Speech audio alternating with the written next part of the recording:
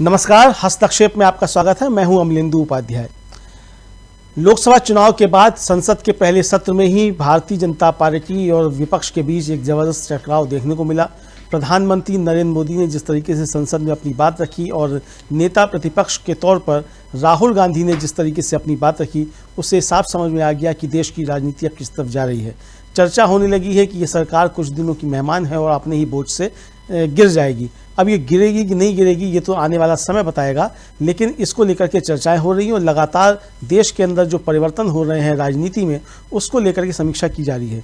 DV live पर देश की वर्तमान परिस्थितियों को लेकर के गंभीर परिचर्चा का आयोजन किया गया। उस परिचर्चा में मैंने भी हिस्सा लिया। आइए देखते हैं उस परिचर्चा के कुछ प्रमुख अंशसाभार। यदि आपने हमारा यूट्यूब चैनल अभी तक सब्सक्राइब नहीं किया है तो इसको सब्सक्राइब कर लीजिएगा, ज़्यादा से ज़्यादा लाइक और शेयर कीजिएगा और कमेंट करके बताइएगा भी कि इस परिचर्चा पर आपकी क्या राय है। आपका कमेंट हमारे लिए काफ़ी ज़्यादा महत्वपूर्ण है। तो आइए सुनते हैं इस परिचर्चा के प्रमुख अंशसाभार। बीजेपी, मोदी, योगी और नीतीश कुमार, इन सबके लिए आज का दिन बड़े झटकों वाला साबित हुआ है। आप जानते हैं कि आज से संसद का सत्र शुरू हो गया है। बजट सत्र कहें या मानसून सत्र कह लें, दोनों कह दीजिए। कल एनडीए सरकार का बजट पेश होने वाला है। निर्मला सीतारमण वित्त मंत्री हैं, बजट पेश करेंगी। लेकिन उसके पहले आज मोदी संसद के बाहर जिस तरह फिर से खुद को सताए जाने का रोना मीडिया के सामने रोने लगे, उससे समझ आ गया कि अब मोदी को अपनी कमजोरी का पूरी तरह से एहसास हो चुका है। आप याद कीजिए, इसी संसद के अंदर नरेंद्र मोदी एक अकेला सब पर भारी और 56 इंच का सीना कहते थे, छाती ठोकते थे।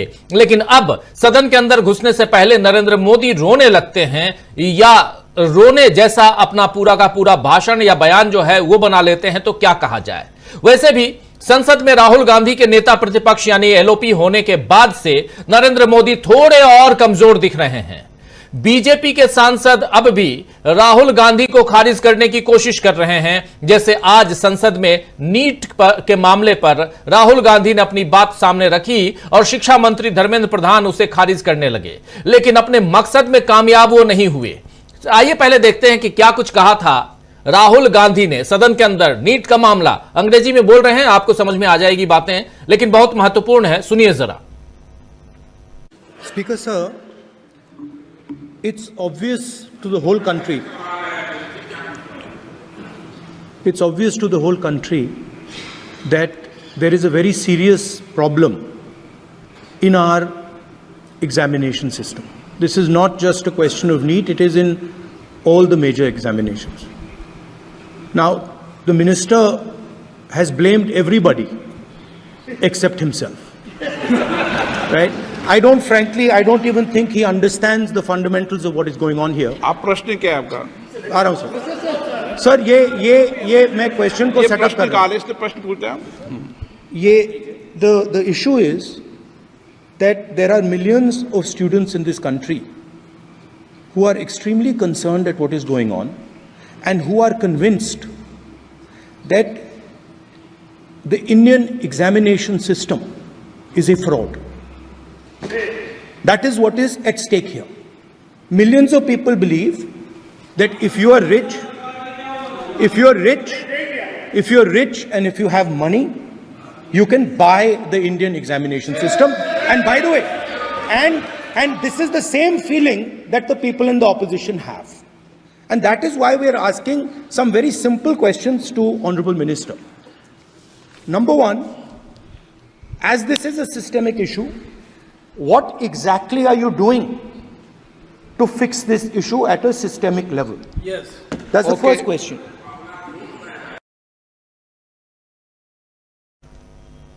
तो सुन रहे थे आप यहां राहुल गांधी को, और कह रहे हैं राहुल गांधी साफ साफ कि इंडियन जो सिस्टम है, एजुकेशन सिस्टम, इसको खरीदा जा सकता है। इसके एग्जाम में जो धांधली है उस पर बात कर रहे थे राहुल गांधी। राहुल गांधी के साथ अखिलेश यादव ने भी नीट के मुद्दे पर सरकार को जमकर आज घेरा है, जमकर उसका घेराव किया है। लेकिन विपक्ष को जवाब देने की जगह शिक्षा मंत्री धर्मेंद्र प्रधान घुमा फिराकर बात करते रहे और एक बार फिर मोदी के कमजोर शासन की लाचारी जनता के सामने आ गई है।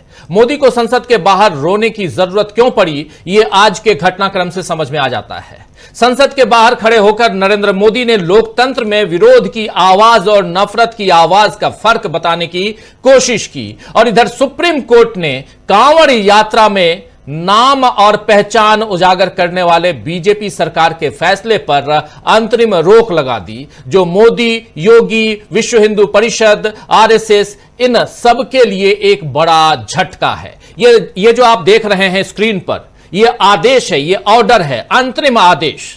आज सुप्रीम कोर्ट ने उन कांवड़ यात्रा के रास्ते में जितने भी खासकर खाने पीने के स्टॉल लगे हुए हैं, उस पर नाम को लेकर उस पर यह आदेश आज सुप्रीम कोर्ट ने अंतरिम आदेश जारी कर दिया कि इसको तत्काल रोका जाए, कि नाम पट्टिका लगाने की जरूरत नहीं है, और इसके बाद 26 तारीख को इस पर सुनवाई होगी। लेकिन अखिलेश यादव ने एक ट्वीट किया है और इसी मसले पर, जिस पर बीजेपी की ध्रुवीकरण की राजनीति पर जबरदस्त तंज कसा गया है। अखिलेश यादव लिख रहे हैं, एक नई नाम पट्टिका पर लिखा जाए सौहार्दमेव जयते। यह बहुत ही महत्वपूर्ण बात यहां अखिलेश यादव ने इसी मसले पर लिखी है। लेकिन इससे पहले अखिलेश यादव सदन के अंदर थे जब राहुल गांधी ने नीट के मसले पर अपनी बात रखी। उसके बाद अखिलेश यादव ने भी बात रखी। अखिलेश यादव ने क्या कुछ कहा था, ये जरा वो भी सुन लेते हैं और चलेंगे, क्योंकि बहुत सारी चीजें हैं, बहुत सारे घटनाक्रम कल से लेकर आज तक इतनी सारी चीजें हैं दोस्तों की सब अभी जल्दी जल्दी आप तक पहुंचाना रखना भी जरूरी है इस चर्चा को आगे बढ़ाने के लिए। पहले सुनते हैं अखिलेश यादव को नीट के मसले पर। अध्यक्ष महोदय, ये सरकार किसी और का रिकॉर्ड बनाए ना बनाए, लेकिन पेपर लीक का रिकॉर्ड जरूर ये सरकार बनाएगी। अध्यक्ष महोदय, मुझे इसके बैकग्राउंड में नहीं जाना है कि पूछें। अध्यक्ष महोदय, मुझे बैकग्राउंड में नहीं जाना है कि कब कैसे किस संस्था को बनाया गया है। पूरे देश के छात्र इस पे आंदोलित थे। लगातार अखबार और सीबीआई की जांच के बाद चीजें सामने आ रही हैं, लोग पकड़े जा रहे हैं, जेल भेजे जा रहे हैं। मैं अध्यक्ष महोदय आपके माध्यम से पूछना चाहता हूं मंत्री जी से, क्या सेंटर वाइज जिन बच्चों को सबसे ज्यादा नंबर मिले हैं, क्या उसकी सूची जारी करेंगे? 30,000 सीटें जहां हैं, कई सेंटर अध्यक्ष महोदय ऐसे हैं जहां 2,000, 2,500 बच्चे पास हो गए हैं। सरकारी सीटें 30,000 हैं, कई सेंटर में 2,000 से ज्यादा पास हो गए। कई प्रदेश के ऐसी जगह है जहां पर कुछ सेंटर से 600 से 650 से ज्यादा सबसे ज्यादा नंबर हैं। और अगर वो संस्था इतनी क्रेडिबल थी तो अध्यक्ष महोदय जिन सेंटर्स पे ये परीक्षा हुई उन सेंटर्स का इंफ्रास्ट्रक्चर क्या था? क्या मंत्री जी ने जानकारी की थी इस बात की? अध्यक्ष महोदय, मेरे आपके माध्यम से एक ही निवेदन है कि बिना ये मंत्री जी रहेंगे तो न्याय नहीं मिलेगा बच्चों को। तो नीट के मामले पर एक तरफ जहां राहुल गांधी ने घेरा तो दूसरी तरफ अखिलेश यादव ने भी घेरा और साफ साफ कह दिया कि अगर ये मंत्री रहेंगे तो बच्चों को न्याय नहीं मिलेगा। नीट का मामला, लेकिन उसी वक्त जब नीट के मामले पर सुनवाई चल रही थी सदन के अंदर, तो उधर सुनवाई चल रही थी सुप्रीम कोर्ट में, और आपने सुन लिया, देख लिया वो आदेश कांवर को लेकर। एक नहीं बल्कि कई याचिकाएं लगी थी, और एक याचिका तो सांसद महुआ मोइत्रा ने भी लगाई थी। बहुत सारी याचिकाएं लगी थी कांवर यात्रा के रास्ते में जो कुछ चल रहा था, नाम पता लिखने वाला जो मामला था उस मसले पे, और उस पर आपने देख लिया कि क्या कुछ हुआ। इसी मसले पर संजय सिंह, आम आदमी पार्टी के सांसद, सदन से जब बाहर निकलते हैं, राज्यसभा के सांसद हैं, तो उन्होंने क्या कुछ कहा है, आइए जरा। और इधर बिहार के मुद्दे पर, जी हां, बिहार को विशेष राज्य का दर्जा मिले, इस मुद्दे पर भी सरकार अब लाचार नजर आई है। आज वित्त राज्य मंत्री पंकज चौधरी ने, जी हां, वित्त राज्य मंत्री पंकज चौधरी ने लोकसभा में पूछे गए सवाल के जवाब में कहा है कि बिहार को विशेष राज्य का दर्जा देने की मांग के लिए पर्याप्त सबूत नहीं दिया गया है। और इस बात से जीतन राम मांझी जो केंद्रीय मंत्री हैं, उनकी बात ही सही साबित होते हुए दिखाई दे रही है दोस्तों, क्योंकि बिहार को विशेष राज्य के दर्जे की मांग पत्थर पर सिर फोड़ने के समान है, यह बात कही थी जीतन राम मांझी ने। जिस बात पर मोदी पहले वादे करते आए थे, उसी बात पर आज उसी वादे से पीछे हटते हुए नरेंद्र मोदी और उनकी सरकार दिखाई दे रही है। और आज इसी पर लालू प्रसाद यादव ने तो सीधे नीतीश कुमार से इस्तीफे की मांग कर दी है। आज लालू प्रसाद यादव दिल्ली पहुंचे और दिल्ली पहुंचते ही एयरपोर्ट पर उन्होंने अपनी बात रखी और इसी मुद्दे पर, बिहार को विशेष राज्य का दर्जा मिले, इसी मुद्दे पर जब पूछा गया कांग्रेस अध्यक्ष और सांसद, बिहार के कांग्रेस अध्यक्ष और सांसद अखिलेश प्रसाद सिंह से, तो उनकी प्रतिक्रिया क्या थी, आइए जरा सुन लीजिए। और इसी मसले पर जब जेडीयू के नेताओं से पूछा गया तो उनका कहना था कि ठीक है, अगर विशेष राज्य का दर्जा नहीं मिलता है तो विशेष पैकेज ही दे दें। तो दोस्तों अब देखना यह होगा कि नीतीश सत्ता में टिके रहने के लिए और कौन से समझौते आगे करते हैं। विशेष राज्य नहीं तो विशेष पैकेज ही दे दें।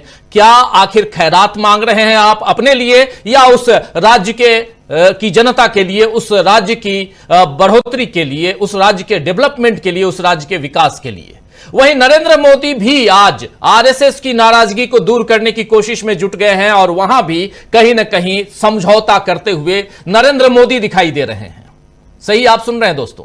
आरएसएस की गतिविधियों में सरकारी कर्मचारियों के शामिल होने पर लगे हुए प्रतिबंध को हटाने का फैसला ऐसी ही एक कोशिश है। ये जो चिट्ठी आप देख रहे हैं, ये चिट्ठी कल सामने आई है, लेकिन ये चिट्ठी लिखी गई है 9 जुलाई को। और इस चिट्ठी में जरा थोड़ा एक्सपांड करेंगे आप तो इस चिट्ठी में साफ साफ लिखा गया है कि अब सरकारी कर्मचारियों को आरएसएस की गतिविधियों में शामिल होने से प्रतिबंध जो पहले लगाया गया था, उस प्रतिबंध के दरवाजे को खोल दिया गया है, यानी अब प्रतिबंध हटा दिया गया है। और प्रतिबंध हटाने का फैसला ऐसी ही एक कोशिश है जो नरेंद्र मोदी आरएसएस के लोगों को, अभी आपने देखा कि पिछले दिनों आरएसएस के प्रमुख मोहन भागवत इशारों में ही सही, लेकिन नरेंद्र मोदी को ही ट्रोल कर रहे थे। तो क्या यहां इशारों में जो बात कह रहे थे नरेंद्र मोदी को मोहन भागवत, उसी बात को और उस पर उनकी जुबान में चुप्पी लगाने के लिए ऐसा किया जा रहा है? 1966 से लेकर 3 बार आरएसएस की गतिविधियों पर बैन लगाया गया कि यहां सरकारी कर्मचारी उसमें हिस्सा नहीं लेंगे। आखिरी बार 1986 में और उसके बाद उसके साथ साथ अब ऐसा हो गया है, यह फरमान जारी कर दिया गया है कि अब सरकारी कर्मचारी आरएसएस की गतिविधियों में हिस्सा ले सकते हैं। यानी पीछे के दरवाजे से संविधान बदलने की कोशिश हो रही है। संविधान बदलने की कोशिश 400 पार के दरवाजे से नहीं हो पाया तो इन गतिविधियों के जरिए किया जा रहा है। और जैसा आप जानते हैं कि कल ही नरेंद्र मोदी सरकार ने सरकारी कर्मचारियों के आरएसएस की गतिविधियों में शामिल होने पर बैन को हटाने के आदेश को जारी कर दिया है। तो दोस्तों आज बहुत कुछ है, लेकिन इन सब के बीच आज जब नरेंद्र मोदी की हम बात करके इस न्यूज पॉइंट के आखिरी पड़ाव में आते हैं और अपने पैनलिस्ट दोस्तों के बीच चलेंगे, उससे पहले नरेंद्र मोदी से ही आज दिन की शुरुआत हुई सदन के अंदर। और सदन के अंदर अचानक नरेंद्र मोदी बहुत परेशान हैरान होते हुए अपनी बात रखते हुए जनता के बीच नजर आए। 24-25 सेकंड की इस बाइट को सुन लीजिए, आपको समझ में आ जाएगा कह क्या रहे हैं। सुनिए और कैसे यहां बुरी फंसी है संसद के पहले ही दिन नरेंद्र मोदी की सरकार, उसको समझते हैं। देखिए इस वक्त हमारे साथ 5 वरिष्ठ साथी हैं। सुनील शुक्ला जी हैं, शकील अख्तर जी हैं, डॉक्टर प्रकाश हिंदुस्तानी जी, प्रशांत टंडन जी और अमलेंदु उपाध्याय जी। आप सभी का स्वागत है, इस्तकबाल है। स्वागत इस्तकबाल आप तमाम दोस्त साथी शुभचिंतक आप सबका जो अब तक जुड़ चुके हैं, जो जुड़ने वाले हैं इस कार्यक्रम में। शकील जी वहीं पर थे जहां ये सब कुछ चल रहा था, बाहर भी अंदर भी। शकील जी सबसे पहले आपके पास आना चाहता हूं, नरेंद्र मोदी इतने परेशान क्यों नजर आए आज? और उसके बाद जब राहुल गांधी अपनी बात रख रहे थे नीट के मामले पे, तो परेशान नजर आने लगे शिक्षा मंत्री, प्रधानमंत्री से लेकर शिक्षा मंत्री और उनके सहयोगी सब लाचार नजर आ रहे हैं। बिहार को विशेष राज्य का दर्जा नहीं देंगे, केंद्रीय वित्त राज्य मंत्री कह रहे हैं। तो ये सब कुछ नजर आ रहा है, मतलब सब जगह परेशानी है, लाचारी है। क्यों आखिर? देखिए राजीव जी, आज प्रधानमंत्री ने जो प्रेस के साथ अपना पारंपरिक इंटरेक्शन होता है जब संसद का सत्र शुरू होता है, हालांकि वो इंटरेक्शन शब्द तो हटा देना चाहिए क्योंकि 10 साल में और 11वां साल चल रहा है, उन्होंने इंटरेक्ट नहीं किया, एक भी सवाल का जवाब नहीं दिया, सवाल लिया ही नहीं, अपनी बात कहते हैं और चले जाते हैं। जबकि इससे पहले जितने भी प्रधानमंत्री हुए, वाजपेयी जी, इंदिरा जी, मनमोहन सिंह जी, राजीव गांधी, देवगौड़ा सब पत्रकारों के सवाल लेते थे, उनके जवाब देते थे। ये एक बड़ा ही अच्छा किस्म का इंटरेक्शन होता था, जिसमें मालूम पड़ता था कि सरकार क्या सोच रही है, प्रधानमंत्री क्या सोच रहे हैं, और पत्रकार जो है उसके बारे में कुछ जानते थे। लेकिन आज प्रधानमंत्री ने जो कुछ कहा, जिस तरह कहा, वह न केवल आश्चर्यजनक है बल्कि बहुत ही दुखद है। इस तरह से प्रधानमंत्री बोले कि मेरे को बोलने नहीं दिया गया, मुझे लाचार कर दिया गया, मुझ पर हमला किया गया, ऐसा कभी किसी ने नहीं बोला है। और ये जो प्रधानमंत्री ने बोला, ये सिरे से गलत बात बोली। हमें लगता है कि एक फिल्म बनाना चाहिए 10 साल की, वो 10 साल ये वाले नहीं, वो 10 साल होने चाहिए 2004 से 14 तक के, कि उसमें संसद के अंदर प्रधानमंत्री के साथ क्या क्या व्यवहार हुआ।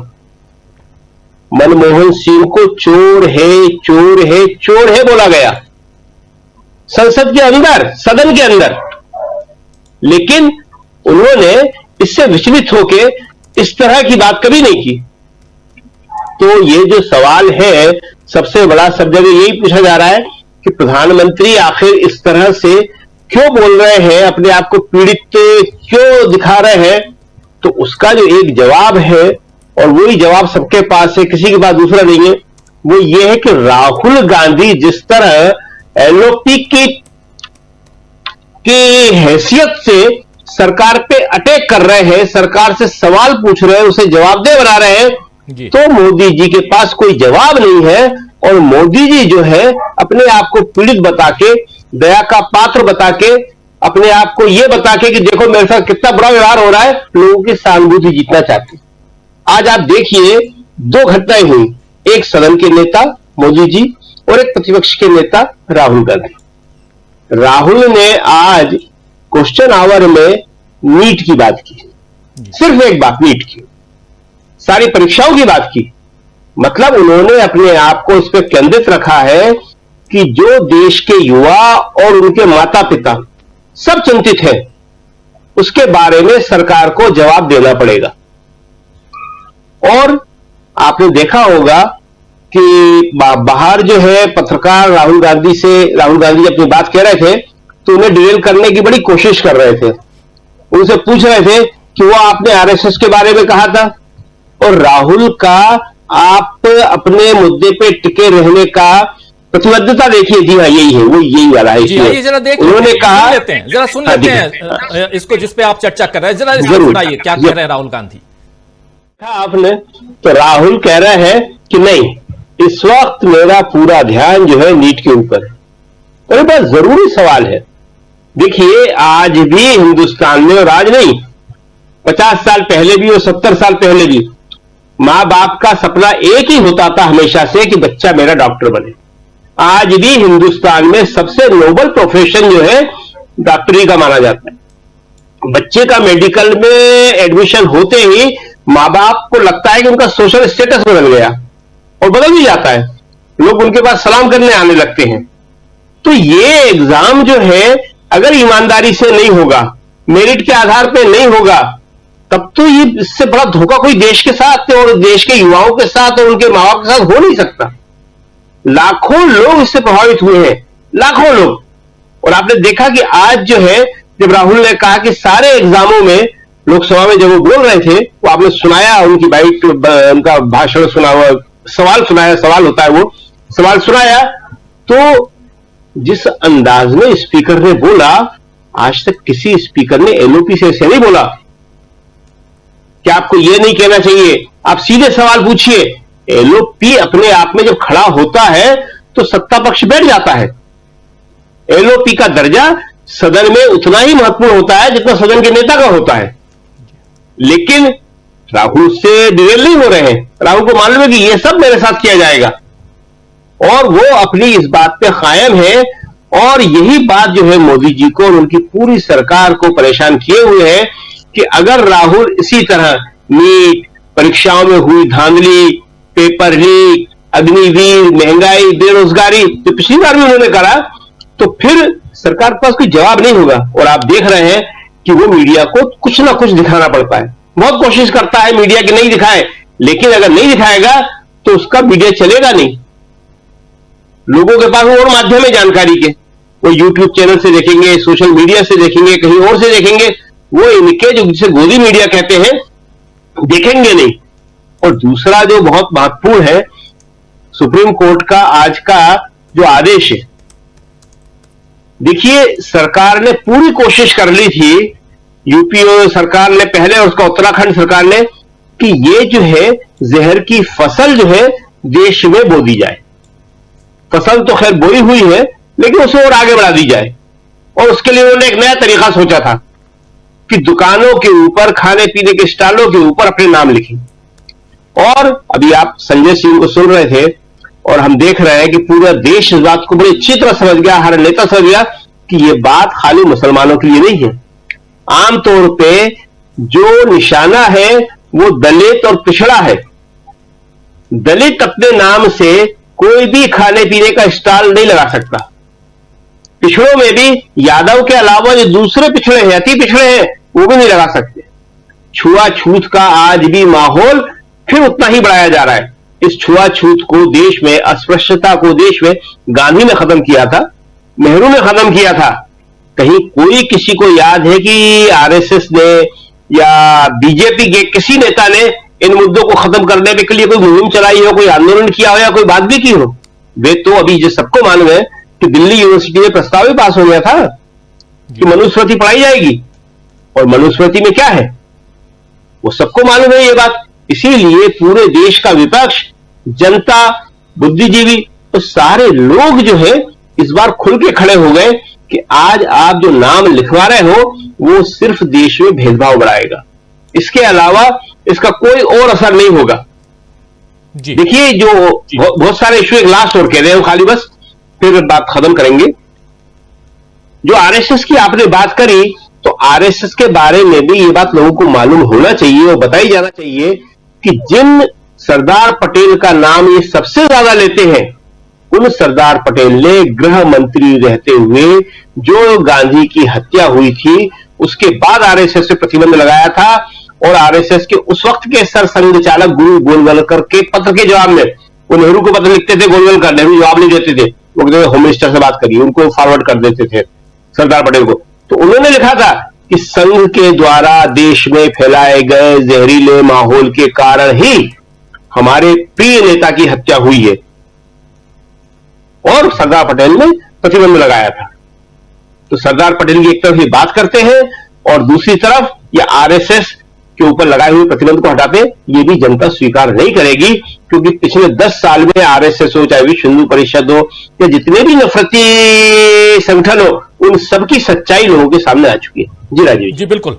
नफरत के कारोबार के बीच आज संसद की शुरुआत हुई है और इसमें वो जो नफरत का कारोबार है उस पर विराम लगाने की कोशिश कर दी है। सुप्रीम कोर्ट ने अंतरिम आदेश अभी जारी किया है और इस पर सुनवाई 26 तारीख को। नफरत का कारोबार इसलिए कह रहा हूं कि कारोबारी लोग हैं जिन पर एक अलग तरह से लगाम लगाने की कोशिश, और उस लगाम के तहत कहीं ना कहीं आप नफरत फैलाने की कोशिश कर रहे थे, और वो था कि आप अपने ठेले पे हों, चाहे और किसी माध्यम से आप कुछ भी बेच रहे हैं, तो आपको वहां आपको अपना नाम, अपने ठेले का नाम, ठेले वाले का नाम सब वहां जाहिर करना होगा। और ये पूरे देश में नहीं, पूरे प्रदेश में नहीं, बल्कि ये उस मार्ग पे जिस मार्ग से कांवड़िए जा रहे हैं।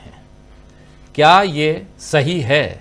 यह सवाल पूछा जा रहा है याचिका लगाकर सुप्रीम कोर्ट से, जब आप सुप्रीम कोर्ट के 2 जजों की बेंच को देना है, और ये 26 तारीख को इस पर सुनवाई होगी। ये एक मामला है ऐसा, दूसरी तरफ नीट, तीसरी तरफ आप देखिए तो ऐसे कई, बिहार का मामला आ गया। आरएसएस को आप आरएसएस की गतिविधियों में सरकारी कर्मचारी भाग ले सकेंगे, ये मामला, ऐसे बहुत सारे मामले। और इन सब के बीच सदन के अंदर जो चल रहा है उसमें कैसे घिर रही है बीजेपी, कैसे घिर रही है सरकार, और सरकार घिर रही है या घिर जाएगी उससे पहले नरेंद्र मोदी रुआंसे हो जाते हैं। आखिर क्यों?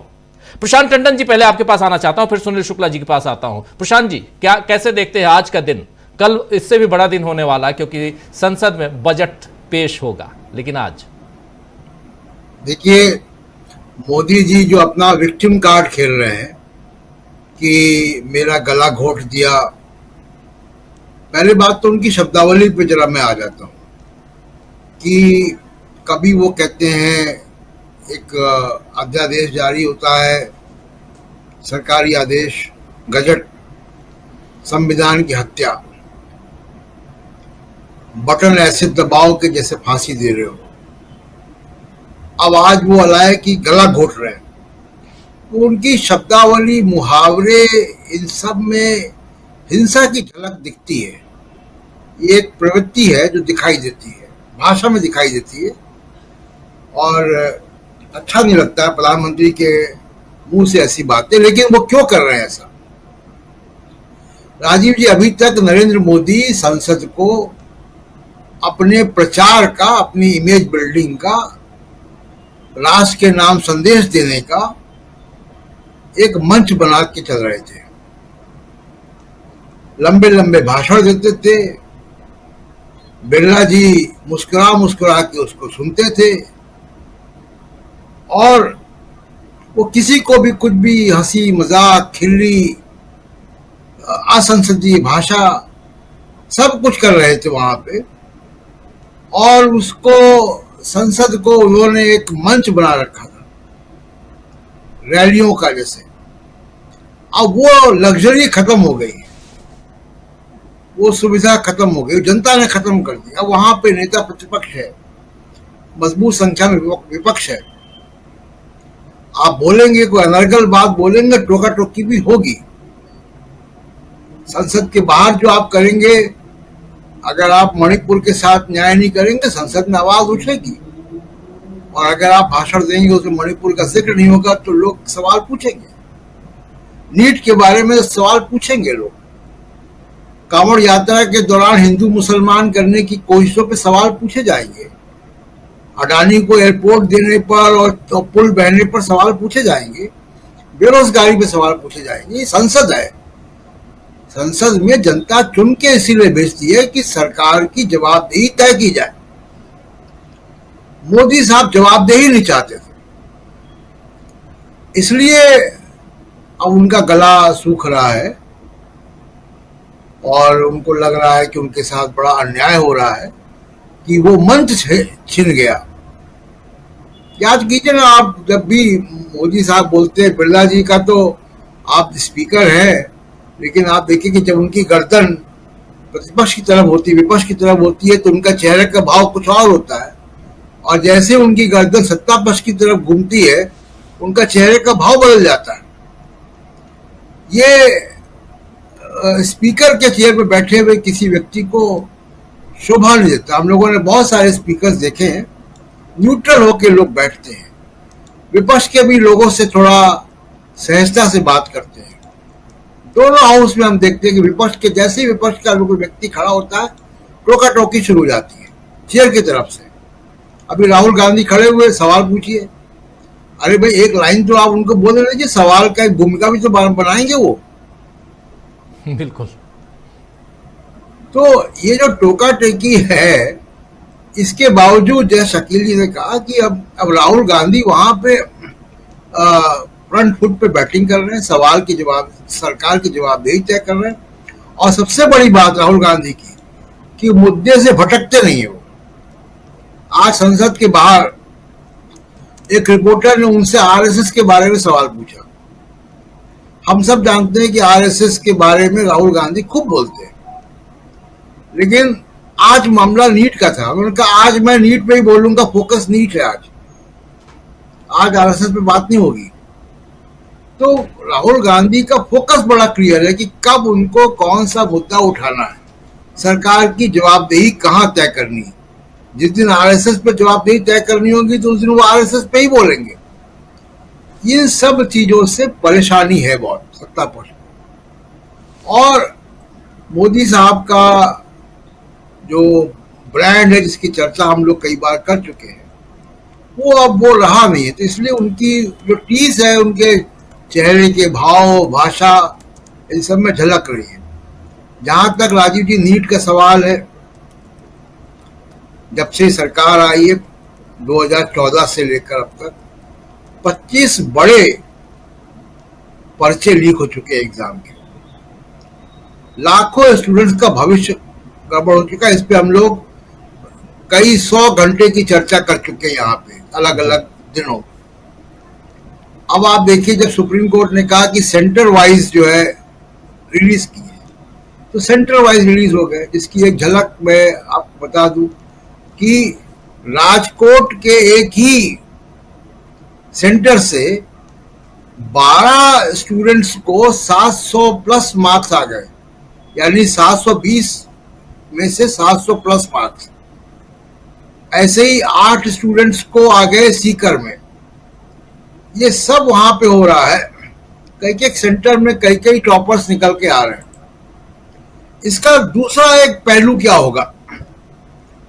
जाहिर सी बात है कि ये जो टॉपर हैं, इनकी विश्वसनीयता कितनी है, कितना ये पेपर लीक से है, कितना अपनी मेहनत से है, कितना ये मेधावी है, ये जांच का विषय है। जांच के सामने सब आ जाएगा सामने। लेकिन जो फौरी तौर पर दिखता है, वो दिखता है कि एक कोई खास सेंटर है, हरियाणा में एक सेंटर है जहां बहुत सारे टॉपर आपको मिल जाएंगे। ऐसे ही राजकोट का एक सेंटर है, वहां कई सारे टॉपर है, यानी कुछ कहीं इंतजाम कुछ था जो परमा फेसी दिख रहा है। इसका दूसरा रिप्लिकेशन क्या होगा?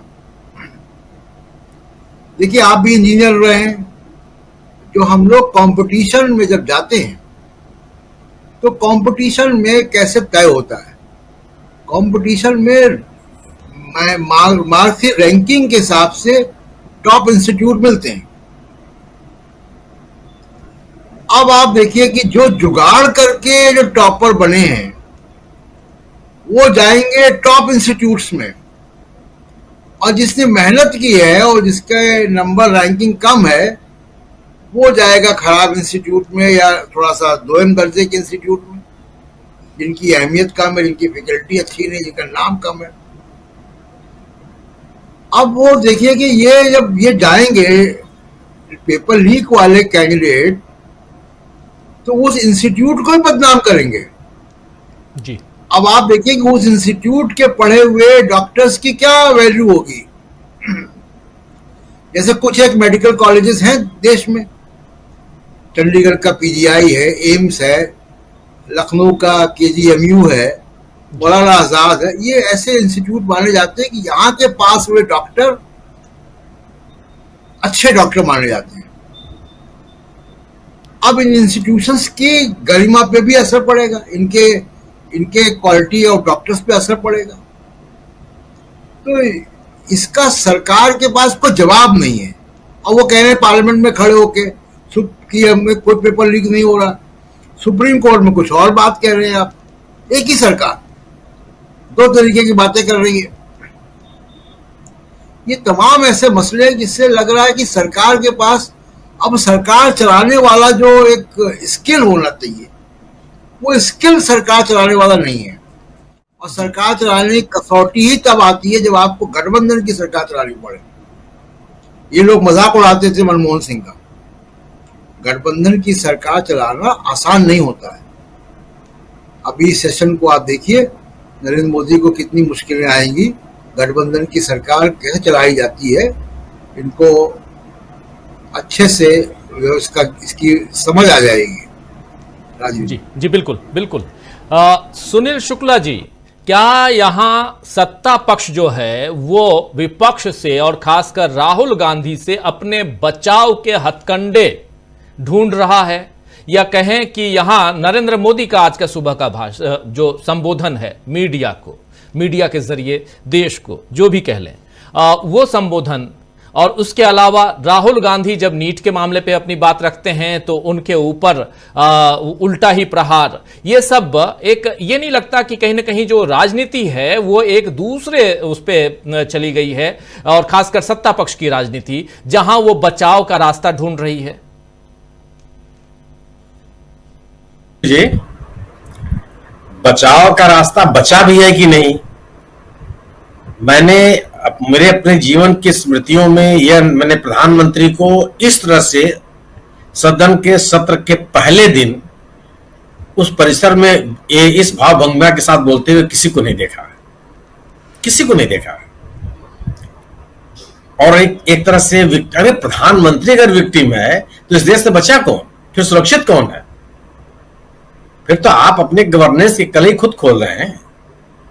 प्रधानमंत्री विक्टिम हो जाएगा, ये संभव है? और प्रधानमंत्री विक्टिम है तो सामान्य नागरिक क्या करेगा, वो कहां जाएगा? ये जो जिस तरीके से प्रधानमंत्री जी ने अपनी बात कही, ये तो कहीं से भी तर्कसंगत नहीं है और कहीं से भी नहीं लगता कि सरकार बचाव का रास्ता ढूंढ रही है। सरकार तो सरेंडर कर दी है। सरकार तो लग रहा है एकदम समर्पण कर चुकी है कि उसके पास अब कुछ भी करने के लिए नहीं है, जो कुछ भी विपक्षी है। ये स्थिति बन गई है। अगर आप विपक्ष के सवालों का जवाब नहीं देंगे, विपक्ष के द्वारा उठाए गए प्रश्नों का जवाब आपके पास नहीं है, तब तो आप सरेंडर कर चुके हैं। अगर प्रधानमंत्री कहेगा कि मुझे बोलने नहीं दिया गया, 2.5 घंटे मेरे ऊपर हमले किए गए, संसद में हमला क्या होता है? संसद में आलोचना होती है। अगर आप अपने आप को कहते हैं कि हमारे ऊपर हमले किए गए, तो फिर राहुल गांधी के बारे में क्या कहा जाएगा? राहुल गांधी के ऊपर तो प्रधानमंत्री, गृह मंत्री, रक्षा मंत्री, संसदीय कार्य मंत्री, मैंने कितने मंत्री खड़े होकर के अवरोध पैदा किए और उनके ऊपर टीका टिप्पणी उन्होंने की। सत्तारूढ़ दल के सांसदों ने खड़ा होकर के टीका टिप्पणी की। फिर उनको किस कैटेगरी में रखा जाएगा? फिर राहुल गांधी क्या कहेंगे अपने आप को? उनके तो कोई विक्टिम कार्ड भी नहीं बचा। सवाल यह है कि अगर आप जनता के सवालों से भागेंगे, जो विपक्ष उठा रहा है, तो फिर आपके पास अपने बचाव का कोई रास्ता नहीं बचेगा। आपको जनमत के सामने सरेंडर कर देना पड़ेगा कि मेरे बुद्धिया का ही नहीं है। सवाल आज ही आप देखिए, जिस तरीके से धर्मेंद्र प्रधान जी ने राहुल गांधी के प्रश्नों का जवाब दिया। राहुल गांधी ने तो कल आपसे ये पूछा कि साहब, इस देश की परीक्षा व्यवस्था पर लेकर के लोगों में संदेह है और आप ये बताइए कि इसको दुरुस्त करने के लिए आप क्या कर रहे हैं? आप चले गए कि 2010 में एक कानून लाए थे, उसको उन्होंने वापस ले लिया। अगर 2010 में उस कानून को वापस लेने का आरोप कांग्रेस के ऊपर है, तो 2014 से लेकर के 2024 तक 10 साल आपने उस कानून को भी नहीं लाया। आप भी उस आरोप से घिरे हुए हैं। अगर आप प्रश्न पत्रों, अगर आप परीक्षा की शुचिता के प्रति इतने गंभीर होते, तो आप 2014 में ही कानून ला दिए होते। 14 में नहीं, 15 में नहीं, 16 में नहीं, 20 में नहीं, 22 में नहीं, 24 में आपको याद आया और आप आरोप लगा रहे हैं कांग्रेस के ऊपर। उस आरोप से आप कैसे बरी हो सकते हैं? प्रश्न पत्रों की शुचिता को लेकर के आप कैसे बरी हो सकते हैं? आपने जिन लोगों को, संघ लोक सेवा आयोग में जिन लोगों को आपने रखा, एनटीए का जिसको आपने चेयरमैन बनाया, अपनी उनकी योग्यता का, उनके अनुभव का, उनके परीक्षा कराने की क्षमता का कौन सा मूल्यांकन किया? जिसको आप सरकार है, जिसको चाहे उसको रख दे और उसके बाद आप कहेंगे कि नहीं, आप परीक्षा को की शुचिता सुनिश्चित करना चाहते हैं। संघ लोक सेवा आयोग की परीक्षा के तौर तरीकों को लेकर के, अभ्यर्थियों की स्क्रूटनी को लेकर के अगर इतने लूप होल्स है, तो बचा क्या इस देश में? फिर कौन सी परीक्षा है जिसको लेकर के आप निश्चित हो सकते हैं कि मैंने जिस परीक्षा के लिए आवेदन किया है उसमें गुणवत्ता का, योग्यता का, क्षमता का मूल्यांकन कर लिया जाएगा? अगर कोई यूपीएससी की प्रक्रिया में सेंध लगा सकता है, 10 बार 12 बार परीक्षा दे सकता है, नाम बदल के, ये नाम बदल के, वो नाम बदल के, और आप उसको पकड़ नहीं पा रहे हैं, और अगर उसके सर्टिफिकेट्स का दुरुपयोग कर लेता है, तो फिर कौन सी परीक्षा बची? क्यों नहीं माना जाएगा कि जो परीक्षा संचालित करने वाले लोग हैं इस पूरी प्रक्रिया में शामिल थे? संभव है क्या? आपके पास जवाब नहीं है। सवाल है कि एक बड़ी परीक्षा है और ये परीक्षाएं योग्यता का मूल्यांकन करने के लिए होती है, परीक्षाएं पास करने के लिए नहीं होती, योग्यतम विद्यार्थियों के चयन के लिए होती है। इस देश के सर्वश्रेष्ठ माइंड जिसको कहा जाता है, उनके बीच की परीक्षा होती है, उनके बीच की परीक्षा है, उसके प्रति आप कितने गंभीर है? आप याद कीजिए, जब रिजल्ट आया तो इन्हीं धर्मेंद्र प्रधान जी के बयान क्या आए थे, नहीं सब कुछ ठीक ठाक है। फिर आप आए कि नहीं कुछ थोड़ी बहुत गड़बड़ियां हुई। फिर आप कहेंगे प्रश्न पत्र लीक नहीं हुआ, नहीं फिर प्रश्न पत्र लीक हुआ। अरे ये जिम्मेदार व्यक्ति के स्टेटमेंट होते हैं। पहले दिन ही आपको करना चाहिए कि जो शिकायतें हैं, जो आरोप लगाए जा रहे हैं, उसका गंभीरता से छानबीन किया जाएगा। आप पहले सर्टिफिकेट मांगने लगे।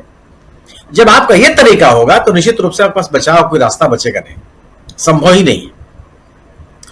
आप कांवड़ यात्रियों को लीजिए, भाई आपने यह आदेश जारी क्यों किया? क्या उद्देश्य है इसका? अगर आप ये कहते हैं कि जो कांवड़ यात्री हैं उनके खान पान की शुचिता सुनिश्चित की जाए, ठीक है, तो ये शुचिता सुनिश्चित हो जाएगी नाम लिखने से। अगर किसी व्यक्ति ने अपना हिंदू नाम लिख लिया है, हिंदू दुकानदार है, तो उसके नाम से सुनिश्चित हो जाएगा। आज जस्टिस भट्टी ने तो कह दिया कि वो केरल गए थे और एक दो होटल थे वहां, एक हिंदू, एक का संचालक हिंदू था, एक का संचालक मुसलमान था। उन्होंने मुसलमान होटल में जाना अपने ज्यादा श्रेष्ठ समझा क्योंकि वहां शुचिता ज्यादा थी, वहां साफ सफाई ज्यादा थी। ये तो सर्वोच्च न्यायालय के मुख्य न्यायाधीश कह रहे हैं। तो केवल नाम लिखने से आप शुचिता सुनिश्चित कैसे कर सकते हैं? आप, यह सरकार की जिम्मेदारी है कि जो कुछ भी उपभोक्ता को बेचा जा रहा है उसमें मिलावट न हो। जो कुछ उपभोक्ता को दिया जा रहा है वो उसकी क्वालिटी सुनिश्चित करना सरकार की जिम्मेदारी है। FSSAI का जो सर्टिफिकेट है, जो लाइसेंस है, इसको सुनिश्चित करने की जिम्मेदारी सरकार के ऊपर देती है। लेकिन केवल नाम लिखने से तो नहीं हो जाएगा। अच्छा, अगर आप ये जानना चाहते हैं कि साहब खान पान में कौन दूध व्यक्ति चला रहा है, तो केला से बेचने वाले का नाम क्यों चाहिए आपको? ठेले पे केला रखा हुआ है, आपके आंख के सामने, आप लेना लीजिए, न लेना मत लीजिए, उसमें ठेले वाले का नाम क्यों चाहिए आपको? किस बिना के लिए चाहिए?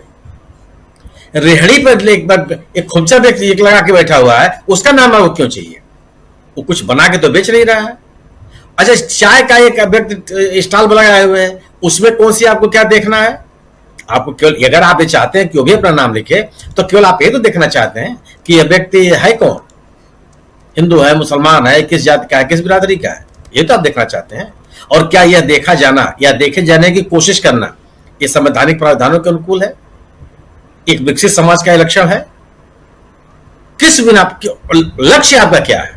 इससे शुचिता सुनिश्चित नहीं होती, साफ सफाई सुनिश्चित नहीं होती, कीमतें उटपटांग है कि नहीं है यह सुनिश्चित नहीं होती, मिलावट है कि नहीं यह सुनिश्चित नहीं होती, बाल श्रमिक उस दुकानों में काम कर रहे हैं कि नहीं कर रहे हैं यह सुनिश्चित नहीं होती, रहने ठहरने का स्थान है वो सुविधाजनक है कि नहीं यह सुनिश्चित नहीं होता। तो होता क्या है? केवल राजनीति आपकी सुनिश्चित होती है। जिस पोलराइजेशन की राजनीति आप करते हैं केवल वो सुनिश्चित होती है। बाकी कोई ऐसा लक्ष्य नहीं है जिसको कोई इस आदेश के माध्यम से आप पूरा कर लेते हो। सर्वोच्च न्यायालय ने पहली सुनवाई में इसको भापा और स्टे कर दिया तमाम करने के बावजूद भी। सवाल यह है कि शुचिता केवल मुजफ्फरनगर में क्यों चाहिए? वो ललितपुर में, झांसी में, सीतापुर में, उज्जैन में, ओंकारेश्वर में, खंडवा में क्यों नहीं चाहिए? शुचिता तो हर देश के हर कोने में चाहिए। व्यक्ति जो सामान खरीद रहा है वह गुणवत्तापूर्ण है, वो मिलावटी सामान नहीं है, यह सुनिश्चित करना तो चिकमंगलुरु में भी चाहिए। यह केवल मुजफ्फरनगर में क्यों चाहिए? जो व्यक्ति हमको सामान बेच रहा है एक्सपायरी की डेट का नहीं है, ये तो पूरे देश में इसको सुनिश्चित किया जाना चाहिए। केवल मुजफ्फरनगर के लिए क्यों चाहिए? बदायूं के लिए क्यों चाहिए? बरेली के लिए क्यों चाहिए? पूरे हर नागरिक का अधिकार है और हर नागरिक को यह सेवाएं उपलब्ध कराना सरकार की जिम्मेदारी है। सरकार वहीं की एक जगह क्यों आ रही है अपनी बात करने के लिए? कुछ ना कुछ तो खोट है इसमें, कुछ ना कुछ तो इसमें राजनीति है। सामान्य प्रशासन नहीं है, प्रशासन के जो लक्ष्य होते हैं वो नहीं है। तो अगर आप परीक्षा की शुचिता को, उसकी शास्त्रीयता को सुनिश्चित नहीं करेंगे, योग्यता के मापने के तौर तरीके जो हैं उसकी पारदर्शिता और उसकी ईमानदारी को आप सुनिश्चित नहीं करेंगे, समाज में आप एक तनाव, एक घृणा और एक विभाजन की कोशिश करेंगे, तो आप अपने आप को बचा कैसे लेंगे? इस देश के लोग क्या इस चीजों को समझते नहीं है? और लेकिन प्रश्न यह है कि आपके पास कहने के लिए कुछ नहीं है। 10 साल कोई सरकार, अगर आपके कार्यक्रम और आपकी नीतियां, आपका गवर्नेंस इतना ही शानदार था तो आप चर्चा करते हैं आज कि हमने नोटबंदी लागू किया था, देखिए हमने ये लक्ष्य हासिल कर लिए। आप ये बताते कि आपने जीएसटी लागू किया था और हमने ये लक्ष्य हासिल कर लिए। राहुल गांधी तो कह रहे हैं कि बिना तैयारी के जीएसटी लागू की गई और छोटे उद्योगों को नुकसान पहुंचा। आप खंडन कर दीजिए उसका कि नहीं सही नहीं, राहुल गांधी झूठ बोल रहा है। सच्चाई है, आप राहुल गांधी का आरोप है कि साहब आपने किसी को रोजगार नहीं दिया, आप कह रहे हैं कि हमने इतने लोगों को रोजगार दिया और डेटा दे दीजिए आप। एक सवाल है ना कि जो मुद्दे विपक्ष उठा रहा है या जो मुद्दे इस देश की जनता उठा रही है, उन किसी भी मुद्दे का जवाब आपके पास नहीं है।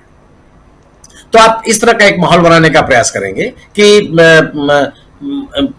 विक्टिम है साहब, हमको बोलने नहीं दिया जा रहा। बोलने का आरोप तो राहुल गांधी लगा रहे थे कि साहब हमको नहीं बोलने दिया जाता, हमारा माइक ऑफ कर दिया जाता, जिसको लोगों ने देखा। आप अगर आप बात करेंगे, प्रधानमंत्री जी का चेहरा देखिए यार, मतलब कोई आज सत्र का पहला दिन है, बजट सत्र का पहला दिन है, आप सदन में जा रहे हैं और सदन के बाहर इस रूप में अगर आप लोगों को संबोधित करेंगे, इस देश की जनता क्या समझेगी? क्या हो गया?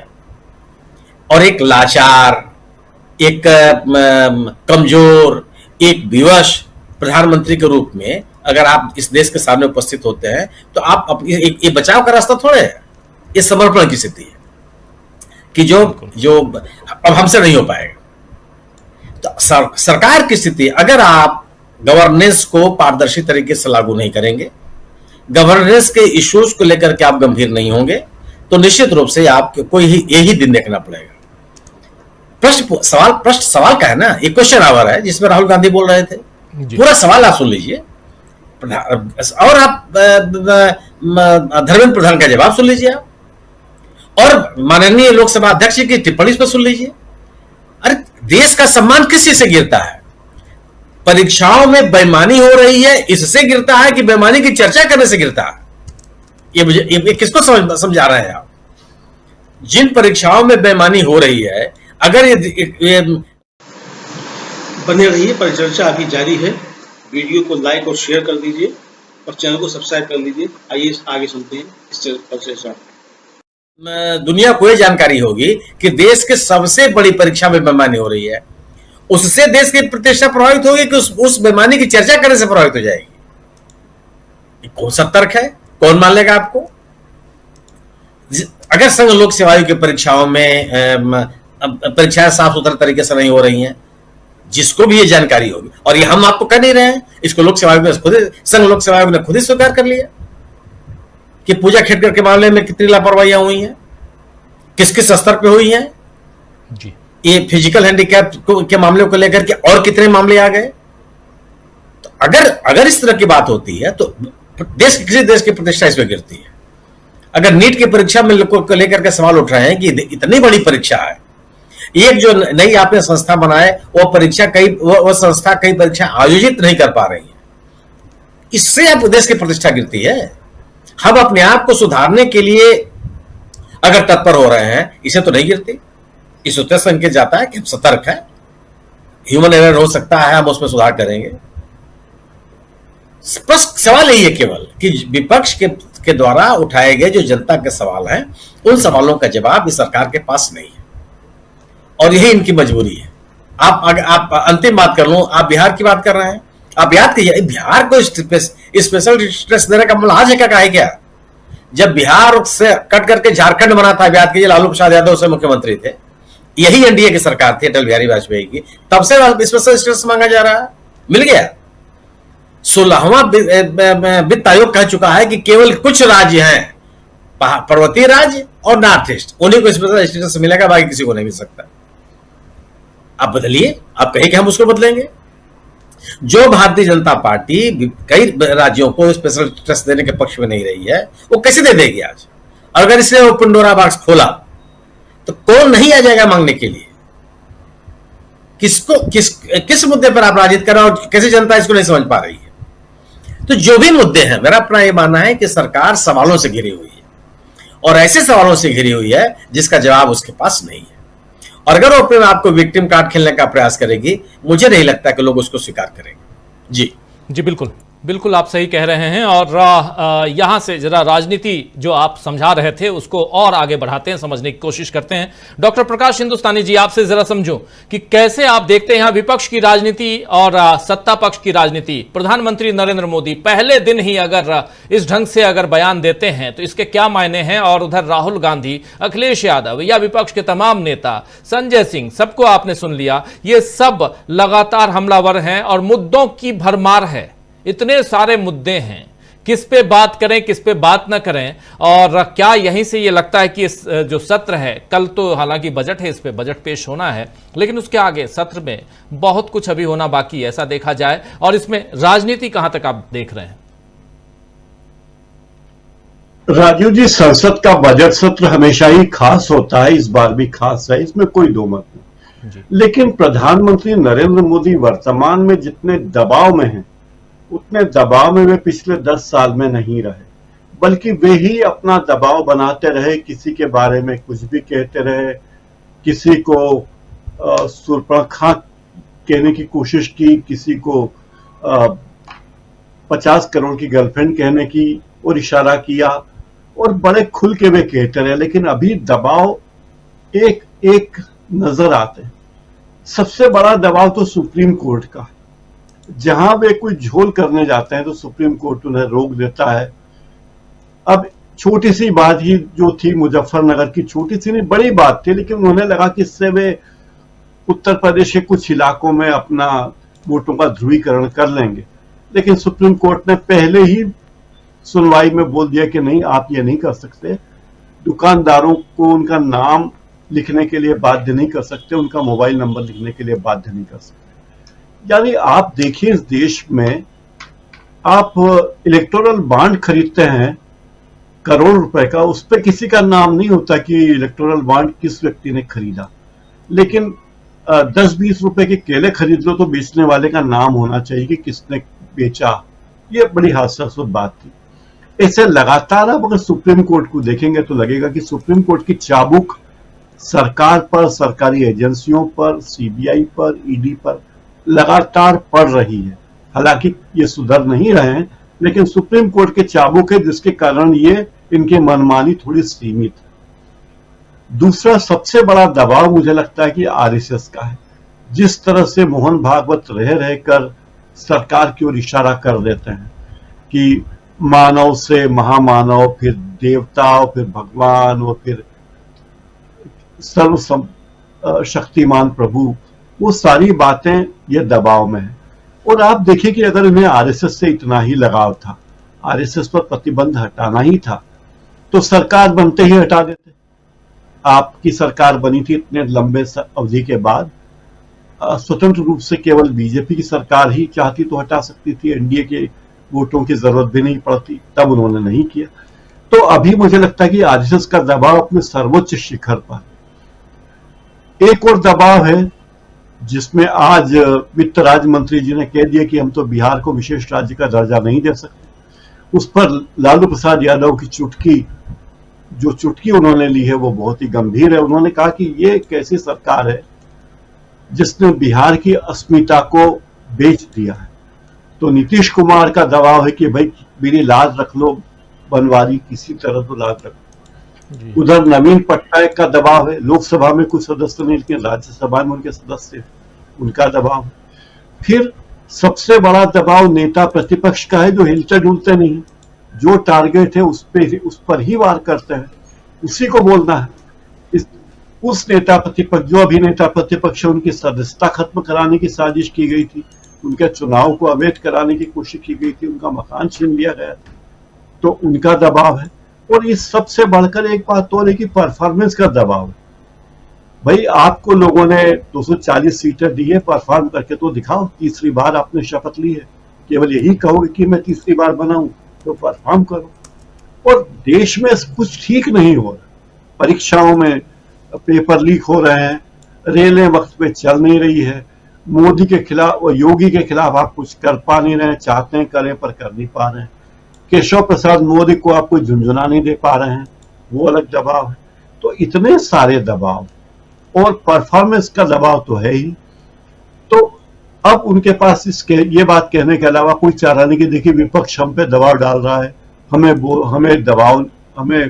हमें हमारा मुंह दबा रहा है, बोलने की कोशिश हमें नहीं करने देना चाहता। अरे भाई विपक्ष का काम ही है ये करना, और विपक्ष का काम इस हमारी संसद में, हमारे संविधान की खूबी सुंदरता ये देखिए आप कि अगर हमारे संसद में विपक्ष के सदस्य सदन का बहिष्कार करते हैं तो वो तब भी वे अपनी ड्यूटी निभाते हैं। जब वे सदन में हंगामा करते हैं तब भी वे अपनी ड्यूटी निभाते हैं। जब वे सदन में बोलते हैं तब भी वो ड्यूटी होती है।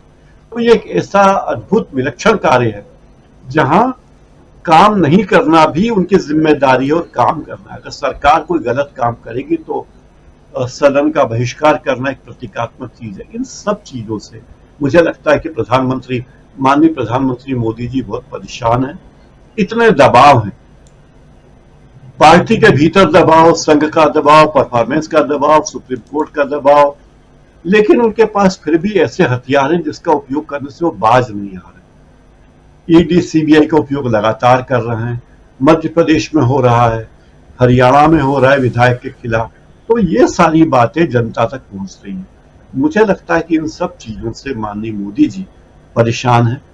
और एक और बात मुझे लगती है कि उनके वे जिन साथियों पर बहुत भरोसा करते थे वे अब भरोसे के लायक नहीं बचे। वे संसद में अपनी ड्यूटी ठीक से निभा पाने में सक्षम नहीं दिखे। जिन स्पीकर महोदय पर बहुत भरोसा किया गया था वो स्पीकर भी उनका बचाव ठीक से कर नहीं पा रहे हैं। तो बहुत सारी परेशानियां हैं, लेकिन राहुल गांधी जो मुद्दे से हट नहीं रहे हैं, जो बात उन्हें कहनी है वही कह रहे हैं। तो ये दिखाता है कि इस सरकार के सामने अभी बहुत चुनौतियां हैं। और मुझे लगता है कि अच्छी बात है कि देश हमारा सही ट्रैक पे जा रहा है, विपक्ष सही दिशा में है, तो वो सरकार पर भी लगाम लगाने में सक्षम होगा। राजीव जी जी बिल्कुल।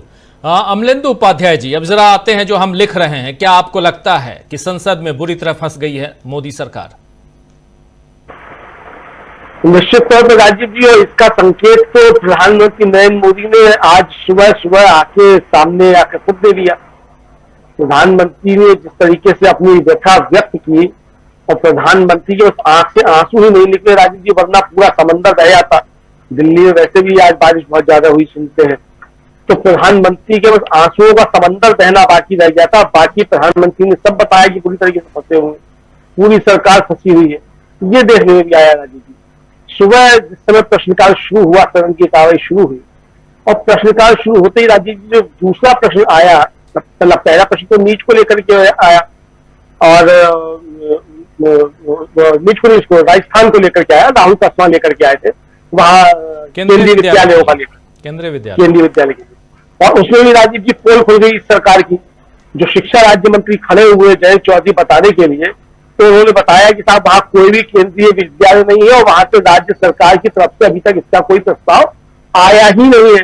तो राज्य सरकार का पहले प्रस्ताव आएगा, फिर जमीन आवंटित होगी, और उसके बाद फिर इससे जोड़ा उन्होंने राजस्थान से ही आते हैं सभापति महोदय, स्पीकर महोदय ओम बिरला साहब की सरकारी कर्मचारी भी है, ये जोड़ा। तो ये पोल खुल गई कि ये डबल इंजन की सरकार कितनी नाकारा है, कि जहां आपकी डबल इंजन की सरकार है वहां एक भी केंद्रीय विद्यालय नहीं है, और कांग्रेस का जो नया सांसद चुन करके आया है वो सवाल उठा रहा है। तो वहां भी सरकार गिरी। उसके बाद जब नीट का सवाल आया राजीव जी, तो उसको जबरदस्त तरीके से गिरी सरकार। राहुल गांधी जब बोलने के लिए खड़े हुए, तो राहुल गांधी खुद खड़े नहीं हुए, बल्कि खड़ा किया उनको स्पीकर महोदय। उन्होंने कहा कि राहुल गांधी जी आप कुछ पूछना चाहते हैं। इससे पहले अखिलेश यादव ने जिस तरीके से बात रखी, और फिर कहा अखिलेश यादव ने कि भाई इन मंत्री जी के रहते हुए बच्चों को न्याय नहीं मिल सकता। ये सीधा सीधा अटैक जो था वो कृषि शिक्षा मंत्री के ऊपर था, कि इनकी नालायकियों की वजह से, इसको इन्वर्टेड कॉमा में पढ़ा जाए, मेरी बात नहीं है, कि मतलब उनका तात्पर्य रहा होगा अखिलेश यादव का, कि इनकी नालायकियों की वजह से जो है वो परीक्षा में लापरवाही हुई और पेपर आउट हुई, और छात्रों को न्याय नहीं मिल सकता। अब चूंकि वो असंसदीय शब्द नालायकी, तो इसलिए अखिलेश यादव ने उसका इस्तेमाल नहीं किया होगा। मुझे लगता है कि शिक्षा मंत्री को उस समय ही आग बबूला हो जाना चाहिए था, लेकिन वो आग बबूला हुए जब राहुल गांधी खड़े हुए, और राहुल गांधी ने जब ये कहा कि शिक्षा मंत्री ने सबकी कमियां बता दी, कि क्या क्या कमियां हैं सिवाय अपनी कमी बताने के। मुझे लगता है कि इससे बहुत ज्यादा आहत हुए शिक्षा मंत्री कि मेरी कमियां बताई जा रही है, और जबकि मैंने सबकी कमियां बता दी थी। तो कुल मिला के राजीव जी इस मसले पर भी सरकार घिरी नजर आई। दूसरा टावर वाले मसले पर भी जब बहस शुरू हुई, तो उसको लेकर की भी फिर दिक्कत सरकार के सामने शुरू हुई। कुल मिला के राजीव जी बीच में ये सवाल उठा कि यहाँ इतने महत्वपूर्ण विषयों पर चर्चा हो रही है और प्रधानमंत्री सदन से गायब है। यानी राजीव जी समझ में आ गया कि प्रधानमंत्री बाहर से जाकर के अपने आंसुओं का समंदर बहा सकते हैं, लेकिन सदन में अंदर आकर के विपक्ष का सामना नहीं कर सकते हैं। ये फिर साबित हो गया, क्योंकि प्रधानमंत्री बाहर से आगे बात कर रहे थे, विपक्ष को नसीहत दे रहे थे, और भारतीय जनता पार्टी को भी नसीहत दे रहे थे। मैं सभी राजनीतिक दलों से अपील करता हूं, तो भारतीय जनता पार्टी से भी अपील कर रहे थे, इन सदन के अंदर ठीक से रहना, अल्लाह गुल्ला नहीं करना, ये प्रधानमंत्री कह रहे थे। तो राजीव जी प्रधानमंत्री का सदन से गायब होना भी फिर ये बताया गया कि ये सरकार जो है चारों तरफ से घिरी हुई है, और राहुल गांधी और अखिलेश यादव ने इसको जबरदस्त तरीके से घेर लिया। जी जी। राहुल गांधी, अखिलेश यादव ने भी जबरदस्त तरीके से घेर लिया है और सदन के बाहर नरेंद्र मोदी पहुंचते हैं, अपनी बात रखते हैं और वहां भी बहुत परेशान, हैरान नजर आते हैं। उनकी बातों से साफ समझ में आता है। एक छोटा सा कमेंट चाहूंगा सुनील शुक्ला जी, आपके पास आता हूं फिर से, और फिर शकील अख्तर जी से आंखों देखी, बहुत कुछ दिन भर चुकी ये थे और उनकी आंखों देखी भी समझना है, सुनना है कि क्या कुछ चल रहा है। सुनील शुक्ला जी, आपको भी क्या लगता है कि इस पूरे सत्र में नरेंद्र मोदी की सरकार, एनडीए की ये सरकार बुरी तरह घिरी हुई है? बिल्कुल लगता है। सरकार के पास देश की अर्थव्यवस्था को लेकर के देश को बताने के लिए कुछ भी नहीं है। अर्थव्यवस्था कैसे सुधरेगी, रोजगार कैसे अवसर सृजित किए जाएंगे, किसानों की आय दुगनी कैसे होगी, कृषि में निवेश क्या होगा, ये तमाम जितने भी सवाल है, औद्योगिक विकास कैसे होंगे, मैन्युफैक्चरिंग सेक्टर का सुधार कैसे किया जाएगा, अभी तक कोई बात सामने नहीं आई। अगर सरकार दो बड़ी परीक्षाओं में के शुचिता को लेकर के घेरे में है और उसके पास कोई भी जवाब नहीं है, तो निश्चित रूप से संसद में उसकी स्थिति बहुत बेहतर नहीं रहेगी। अगर सरकार विपक्ष के सवालों का जवाब नहीं देगी और इधर उधर की बात करेगी, वो संभव नहीं है कि बच पाएगी। क्योंकि विपक्ष, आप सदन की स्थिति देख लीजिए, विपक्ष की मौजूदगी देख लीजिए, विपक्ष की आक्रामकता देख लीजिए, एकजुटता देख लीजिए। यह सरकार को घेरे रहने की सबसे बड़ी रणनीति है और सबसे अच्छी रणनीति। और ये सही बात है जो प्रकाश हिंदुस्तानी जी ने कहा कि प्रधानमंत्री जी के रहने का एक मतलब होता है। इन तमाम विषयों पर प्रधानमंत्री हस्तक्षेप करके विपक्ष की धार को कमजोर कर सकते हैं। प्रधानमंत्रियों ने किया है, अटल बिहारी वाजपेयी ने किया, मनमोहन सिंह किया, नरसिम्हा राव जी ने कई बार किया है। हर प्रधानमंत्री जब इस तरह की क्वेश्चन स्थिति हो जाती थी, हस्तक्षेप करते थे और वो खड़े होकर जवाब देते थे। लेकिन प्रधानमंत्री जी यही नहीं, पहले भी नहीं रहते थे।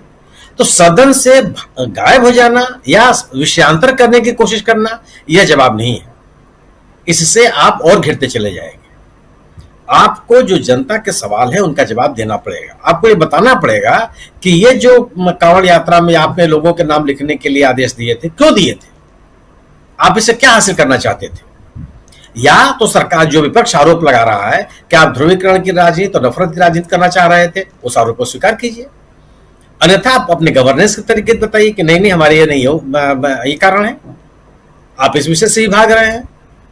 जो अभी संजय सिंह का आपने स्टेटमेंट सुनवाया कि वो राज्यसभा में बात करना चाहते थे, वहां भी सरकार चर्चा करने के लिए तैयार नहीं है। राहुल गांधी ने कहा कि नीट पे बहस करना चाहते थे, सरकार नीट पे बहस करने के लिए तैयार नहीं है। तो अगर आप नीट पे बात नहीं करेंगे, बेरोजगारी पे बात नहीं करेंगे, कांवड़ यात्रा की सब अनर्गल, तथ्यहीन, अतार्किक आदेश के ऊपर चर्चा नहीं करेंगे, तो आप तो घिरे हुए ही हैं। इसे कैसे निकल सकते हैं आप? इसके निकलने का तरीका केवल और केवल यही है कि आप जनता को विश्वास में लीजिए। इसका तरीका केवल और केवल है कि आप जनता को यह बताने में सफल होइए कि जो विपक्ष आरोप लगा रहा है उस विपक्ष में कोई दम नहीं है, कोई तर्क, उसमें कोई तर्क नहीं है, तथ्यहीन आरोप है। सरकार इस तरह से काम कर रही है। और अब तो स्थिति आ गई कि जो इनके सहयोगी हैं, उन सहयोगियों के आरोप से आप घिरे रहेंगे। बिहार का मसला समान मसला थोड़ा है। नीतीश कुमार जी लगातार ये माहौल बनाए हुए थे कि बिहार को स्पेशल स्टेटस का दर्जा मिलेगा। आज आपको नहीं मिल रहा है, कैसे हो पाएगा? आप अपनी जनता को कैसे संतुष्ट कर पाएंगे, अपने लोगों को? क्या केवल पैकेज की बात पे अगर आप करते हैं तो पैकेज तो आपको मिल ही रहा था, क्या कोई भी सरकार होती तो आपको मिलता जी। लेकिन सवाल यह है कि जिस मुद्दे के साथ, जिन बातों को लेकर के आप एनडीए सरकार का समर्थन के लिए उतरे, अपने नीतियों से इतर काम करने वाली पार्टी के साथ खड़े होने का आपने साहस किया, वो यह था कि आप बिहार को विशेष राज्य का दर्जा दिलवाएंगे। वो तो साफ साफ हो गया आज कि नहीं आएगा, और पहले भी लग रहा था कि नहीं आएगा। हमारे जैसे लोगों को लग रहा था कि हो सकता है कि संशोधन हो जाए, हो सकता है कि 16वें वित्त आयोग का जो अनुशंसा है उसमें सरकार संशोधन कर ले और एक नया रास्ता निकाले, वो भी नहीं हो पाया। तो जो आपके सहयोगियों के बीच सहमति के मुद्दे थे, उसका भी स्पष्टीकरण आपके पास नहीं है। जनता के बीच से जो उठे हुए सवाल हैं, उसका भी जवाब आपके पास नहीं है। विपक्ष जिन मुद्दों को लेकर के आप पे हमलावर है, न्यायालय में आपकी फजीयत हो रही है, उसके बारे में भी आपके पास कहने के लिए कुछ नहीं है। तो स्वाभाविक सी बात है कि ये पूरा का पूरा जो बजट सत्र होगा, इसमें सरकार विपक्ष के निशाने पे रहेगी, उसके बचने का कोई तरीका नहीं है। अब ये कल निर्भर करेगा कि कल ये जो आर्थिक सर्वेक्षण लाते हैं, आर्थिक सर्वेक्षण में क्या स्थिति बनती है, जो बजट प्रस्तुत करते हैं उसमें क्या लाते हैं। आर्थिक सर्वेक्षण आज पटल पे रख चुके हैं, आज ला चुके हैं नहीं गया आर्थिक सर्वेक्षण, लेकिन तो मैंने देखा नहीं उसको। कल बजट पेश किया जाएगा। अब सोचिए कि आर्थिक सर्वेक्षण की भी चर्चा होती है। जी बिल्कुल होती है। आर्थिक सर्वेक्षण में कोई चर्चा ही नहीं हुई, मेरे को पब्लिक डोमेन में कोई बात नहीं आ रही, क्या कहा गया है क्या नहीं कहा गया जी। अब उस विषय से अलग इस विषय पर चर्चा होने लगी। ये सरकार की विफलता ही तो है। सरकार, अच्छी सरकार, मजबूत सरकार, देश को आर्थिक रूप से मजबूत करने वाली सरकार आर्थिक विषयों पर चर्चा कराती है कि हमने ये कर दिया है।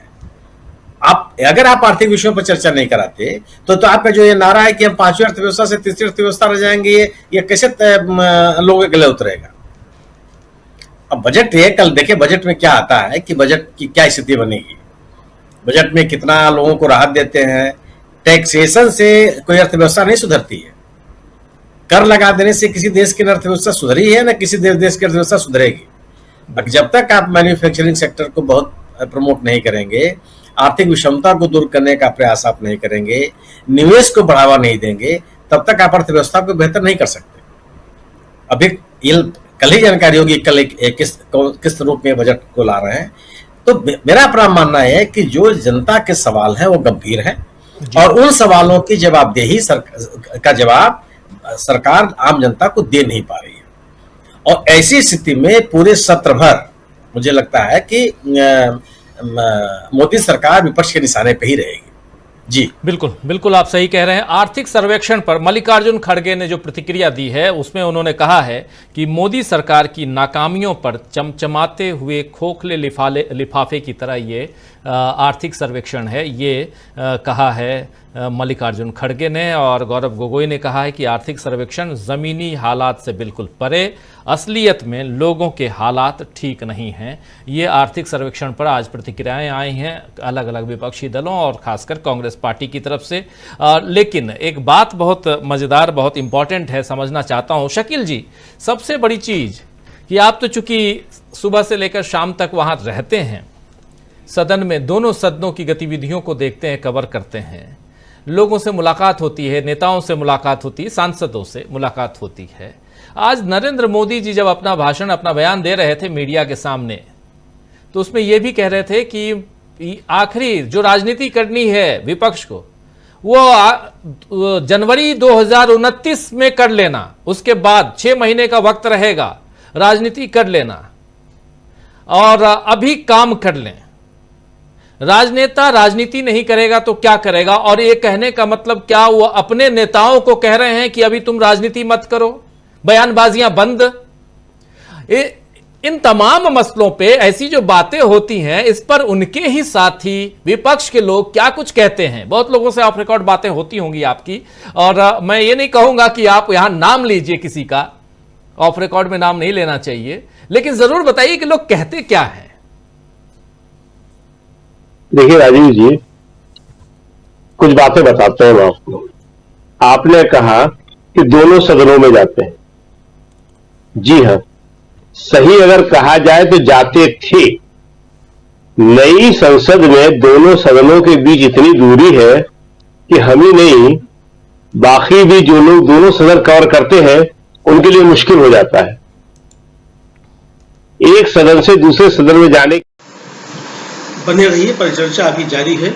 वीडियो को लाइक और शेयर कर दीजिए और चैनल को सब्सक्राइब कर लीजिए। आइए आगे सुनते हैं इस परिचर्चा के लिए इतनी लंबी गैलरी पार करना पड़ती है, इतने दरवाजे क्रॉस करना पड़ते हैं कि पुरानी संसद याद आ जाती है कि एक से निकल के दूसरी में चले जाते थे।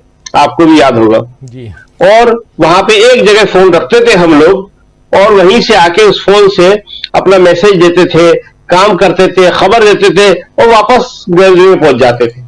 अब तो हालत यह है कि आज लोकसभा की जो प्रेस गैलरी है, आज की बात बता रहे हैं आपको, अब आपने बहुत इंटरेस्टिंग बात करी है तो सुनिए मजेदार बातें जी। लोकसभा की आज जो प्रेस गैलरी है, तो जब हम वहां जा रहे थे तो वहां पे आजकल तो CISF वाले हैं, पार्लियामेंट का स्टाफ तो कहीं है नहीं, खत्म हो गया, भगा दिया उसको सब। तो उन्होंने कहा कि साहब अंदर तो कुर्सी है नहीं। हमने क्या मतलब? के लगे जगह है नहीं है, राज्यसभा के सांसद आ गए हैं, सब वो बैठे हुए हैं। हमने कहा तो आप अपनी प्रेस गैलरी में नहीं जाने देंगे, प्रेस गैलरी में? तो साहब 6 नंबर में चले जाइए। 6 नंबर की जो प्रेस गैलरी है वो काफी दूर है। हमने कहा ठीक है, कोई बात नहीं। 6 नंबर की प्रेस गैलरी में गए, वहां हम अकेले पत्रकार थे और 4 जो है वहां पे सीआईएसएफ के सिक्योरिटी वाले। तो ये भी बता दें हमारे दर्शक जो सुन रहे हैं कि इससे पहले कभी भी प्रेस गैलरी के अंदर सिक्योरिटी वाले नहीं आते थे। अब सिक्योरिटी बैठती है 4 और मुस्तैद, तैयार, बिल्कुल एक्शन में। दूसरी बात कि प्रेस गैलरी के अंदर कभी भी राज्यसभा के सांसद नहीं आते थे। अब क्यों आ रहे हैं? पिछली बार भी आए थे, तब भी हमने कहा था। अब वो राज्यसभा के सांसद जब बैठते हैं पत्रकारों के साथ तो बात भी करते हैं, और जाहिर है कि पत्रकार का ध्यान उस टाइम नोट्स लेने में होता है, वो वहां बात नहीं करता है प्रेस गैलरी में किसी से, वो अपना काम करना चाहता है। तो हुआ ये है कि जो अभी लोकसभा अध्यक्ष जी दिख रहे हैं सामने, कि ये जो नई संसद जो बनाई है, इसमें जो लोकसभा के सदन के देखने के लिए राज्यसभा की एक प्रेस गैलरी अलग होती थी, पुराने भवन में थी, और इसी तरह राज्यसभा का जो सदन होता था उसकी कार्रवाई देखने के लिए लोकसभा के सदस्यों की एक प्रेस गैलरी अलग एक गैलरी अलग होती थी। वो इन्होंने शायद बनाई ही नहीं है या भूल गए। वेरी वेरी इंटरेस्टिंग कि राज्यसभा के जो सांसद हैं वो कल बजट सुनने के लिए आएंगे, हमेशा आते हैं, बहुत बड़ी तादाद में आते हैं। तो पहले तो उनकी अपनी गैलरी होती थी, वहां बैठ जाते थे, हम लोग देखते थे उन्हें। अब कल वो सब आके प्रेस गैलरी पे कब्जा कर लेंगे, और प्रेस के लिए कल का दिन बड़ा मजेदार होने वाला है। आज हमने लिखा भी है, ट्वीट किया है कि प्रेस वालों साथियों मजा आ रहा है ना खूब, कि आप अपनी प्रेस गैलरी के अंदर ही नहीं जा पा रहे हो। दूसरी बात आपने जो कही कि खूब मुलाकातें होती होंगी, बात होती होगी। जनाब, नई संसद में कोई ऐसी जगह नहीं है कि जहां पे आप किसी से मिल सको। अभी आपको आना है, आप आएंगे, अभी आप आएंगे तो आपको बड़े मजेदार अनुभव होंगे कि पुराने संसद में जिस तरह मिलने की बहुत सारी जगह थी, बरामदे थे, सेंट्रल हॉल था, प्रेस कॉन्फ्रेंस का कमरा था, बहुत सारी जगह थी जहां पत्रकार, सांसद, मंत्री सब आपस में मिलते थे, और पत्रकार भी आपस में मिलते थे। लेकिन यहां तो पत्रकार ही नहीं मिल पा रहे। कोई एक जगह ही नहीं है ऐसी कि जहां पे आप खड़े होकर किसी से बात कर सके। तो चर्चा तो आजकल यही हो रही है, बड़ी इंटरेस्टिंग, कि भाई साहब ये क्या बनवाया है, ये आपने, वो क्यों बनवाया? ये अपने बात आपको लंबी कर दी, लेकिन बड़ी मजेदार है, बताना बहुत जरूरी थी। और एक बात और अगर आप कहें तो बता दें, बड़ी इंटरेस्टिंग, आज बारिश हो रही थी दिल्ली में, अभी अमरिंदर जी ने कहा, क्योंकि पुरानी आपके माइक से आवाज जा रही है थोड़ा जी। पुरानी संसद जो है आ रही थी जी, पुरानी संसद जो है, आपकी आवाज आ जा रही है थोड़ा, शायद जैक जो लगाए हैं शायद उसमें मोबाइल में देख लीजिए। कुछ दिख तो नहीं रहा हमें। अब ठीक है। हाँ, तो पुरानी संसद जो है उसके बाहर पोर्च बना हुआ है, तो बारिश में वहीं गाड़ी आती थी, सांसद उसमें बैठते थे, निकल जाते थे, मंत्री बैठते निकल जाते थे। अब यहां तो पोर्च है नहीं, पता नहीं क्या सोच के सब बनाया है। और जहां पे सारे सांसद खड़े होके, मंत्री खड़े होके इंतजार कर रहे थे मकर द्वार नाम है उसका, अंदर, तो वहां तो बड़ी भीड़ लग गई वहां तो हमने कहा, बीजेपी के मंत्री थे, सांसद थे, बाहर क्यों नहीं निकल रहे, थोड़ी जगह होना चाहिए। फिर आवाज के साथ जगह कैसे होगी? आवाज कहीं क्या आ रही है? हेलो, आवाज आ रही है जी? आवाज आ रही है? आपकी आवाज आ जा रही है, मतलब अभी आ रही है, बहुत स्लो हो जा रही है। अच्छा, अब आ रही है? नहीं, उससे नहीं होगा शायद। आप जो जैक जो है आपका वो शायद ढीला है। हेलो, मोबाइल में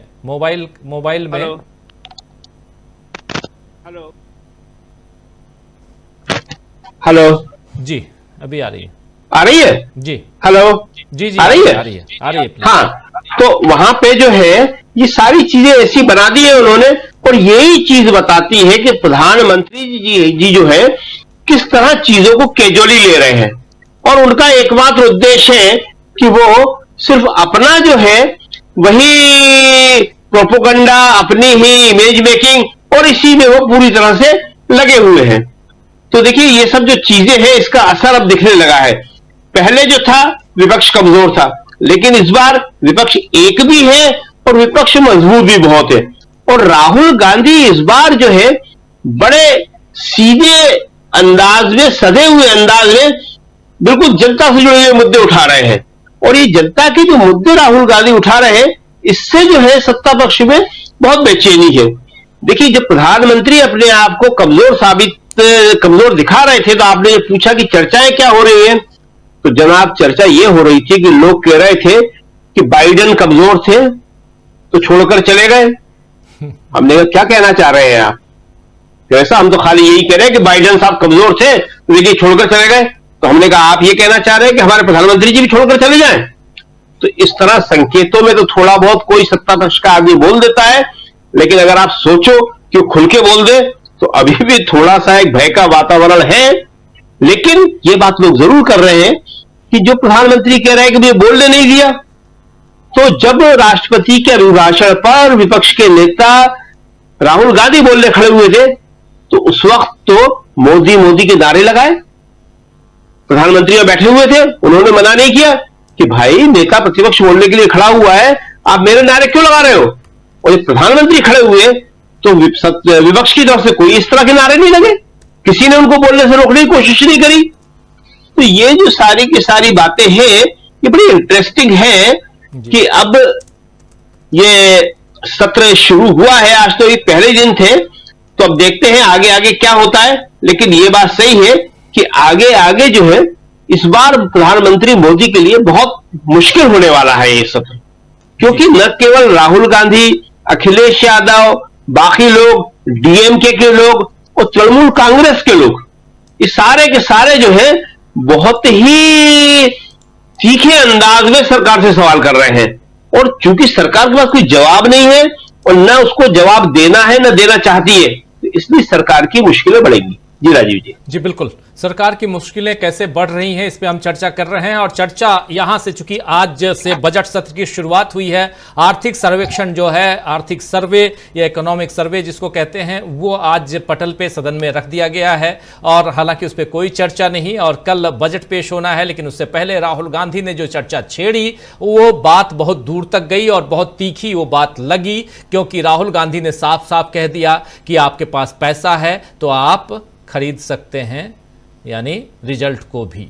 और ये बात बहुत पते की बात कह लें, बहुत इंपॉर्टेंट बात कह लें, और बहुत एक कटाक्ष के रूप में भी कह सकते हैं सत्ता पक्ष के लिए। प्रशांत टंडन जी, जरा जल्दी से आपके पास आता हूं, फिर डॉक्टर प्रकाश हिंदुस्तानी जी के पास भी आता हूं। यहां से, और खासकर जब हम बात कर रहे हैं, और शकील अख्तर जी जो बात बता रहे थे सदन के अंदर की, इसमें बहुत सारी चीजें हैं, स्ट्रक्चर वाइज और बाकी आप लोगों ने देखा है। लेकिन उसके अलावा विपक्ष, नरेंद्र मोदी और राहुल गांधी, क्या राहुल गांधी पर केंद्रित हो गया है पूरा का पूरा सत्ता पक्ष? क्योंकि आप देखिए पिछले महीने भर से राहुल गांधी के ऊपर जितना मौका है उस मौके, और जब से राहुल गांधी एलओपी बने हैं उसके बाद से जरा परेशान भी ज्यादा नजर आ रहे हैं। शायद नरेंद्र मोदी को पहली बार एलओपी सदन में मिला है, और जिसको वो शायद झेल नहीं पा रहे हैं। झेलना वर्ड इसलिए कह रहा हूं, जानकर कह रहा हूं। अकेले राहुल गांधी नहीं, मैं राहुल गांधी की बात कहूंगा, अकेले राहुल गांधी नहीं राजीव जी, अखिलेश यादव, अभिषेक बनर्जी, बहुत सारे जो यंग जी जो यंग लीडरशिप है, उसकी ना आप स्पीड मैच कर सकते हैं ना उसका आईक्यू लेवल मैच कर सकते हो। वो बहुत शार्प है, वो पॉलिटिकली बहुत शार्प है, दुनिया भर की पढ़ाई लिखाई की हुई है। तो केवल आप शब्दों के सहारे, नफरत के सहारे रन डाउन नहीं कर सकते किसी को बहुत लंबे समय तक। लेकिन आज जो आर्थिक सर्वेक्षण राजीव जी आया है, वो जो बातें उसमें दिखाई दे रही हैं, जिसपे बजट पे हम लोग लाइव करेंगे तो उस पर चर्चा करेंगे और ज्यादा, 6.5% की ग्रोथ प्रोजेक्ट की है। अब अगर वो 6.5% की, आरबीआई ने 7% की थी, और जो पिछले साल 8.5% की ग्रोथ रही है, तो अपनी ही, और जबकि ये जो इसमें बेस ईयर चेंज है, इसमें ग्रोथ को कैलकुलेट करने के तरीके बदले गए हैं, वो सारी चीजें हैं। उसके बावजूद भी अगर 6.5% ग्रोथ प्रोजेक्ट कर रहा है इकोनॉमिक सर्वे, तो इसका मतलब है कि स्थिति आपकी बहुत खराब है। और अगर अंतर्राष्ट्रीय बाजार में तेल के दाम बढ़ेंगे, जो कि बढ़ेंगे ही, कोई नई कॉन्फ्लिक्ट होती है यूक्रेन की या जैसी कोई और, तो अंतर्राष्ट्रीय बाजार में तेल के दाम बढ़ेंगे। तेल के दाम बढ़ेंगे तो आपकी इकोनॉमी पे प्रेशर आएगा। चाइना की तरफ से अंतर्राष्ट्रीय बाजार में पहले से ही प्रेशर है, रुपया आपका नीचे चल रहा है काफी। तो मल्टीपल चैलेंजेस इकोनॉमी में हैं। मुझे नहीं लगता कि इकोनॉमी की जो स्थिति है उसमें केवल मोरारजी देसाई का बजट कितनी बार पेश किया वो रिकॉर्ड तोड़ देने से बजट घाटा नहीं कम होगा, उससे कोई फिस्कल रिस्पॉन्सिबिलिटी नहीं आएगी, उससे जॉब्स क्रिएट नहीं होंगी। और ये बात बीजेपी को समझ में आए या ना आए, देश की जनता को समझ में आ गई है जी। कि ये बुलडोजर, नफरत, आली फल वाला लिखने से नौकरियां नहीं मिलती है।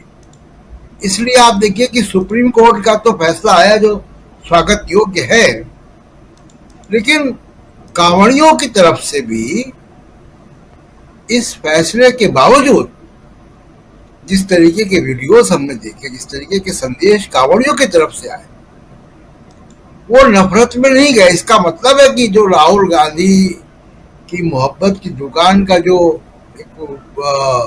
नारा है वो समाज में गया है कहीं ना कहीं। ठीक है, कोई तोड़फोड़ के वीडियो आए हैं, लेकिन लाखों लोग अगर सड़कों पर चलते हैं राजीव जी, तो इस तरीके की घटनाएं होती हैं। कुछ प्रोवोकेशन होता है, कुछ ज्यादातर यंग लोग हैं सब, तो ये होता है। लेकिन आप देखिए कि धार्मिक यानी सांप्रदायिक एलिमेंट अभी तक कांवड़ यात्रा में अपने आप में दिखाई दिया।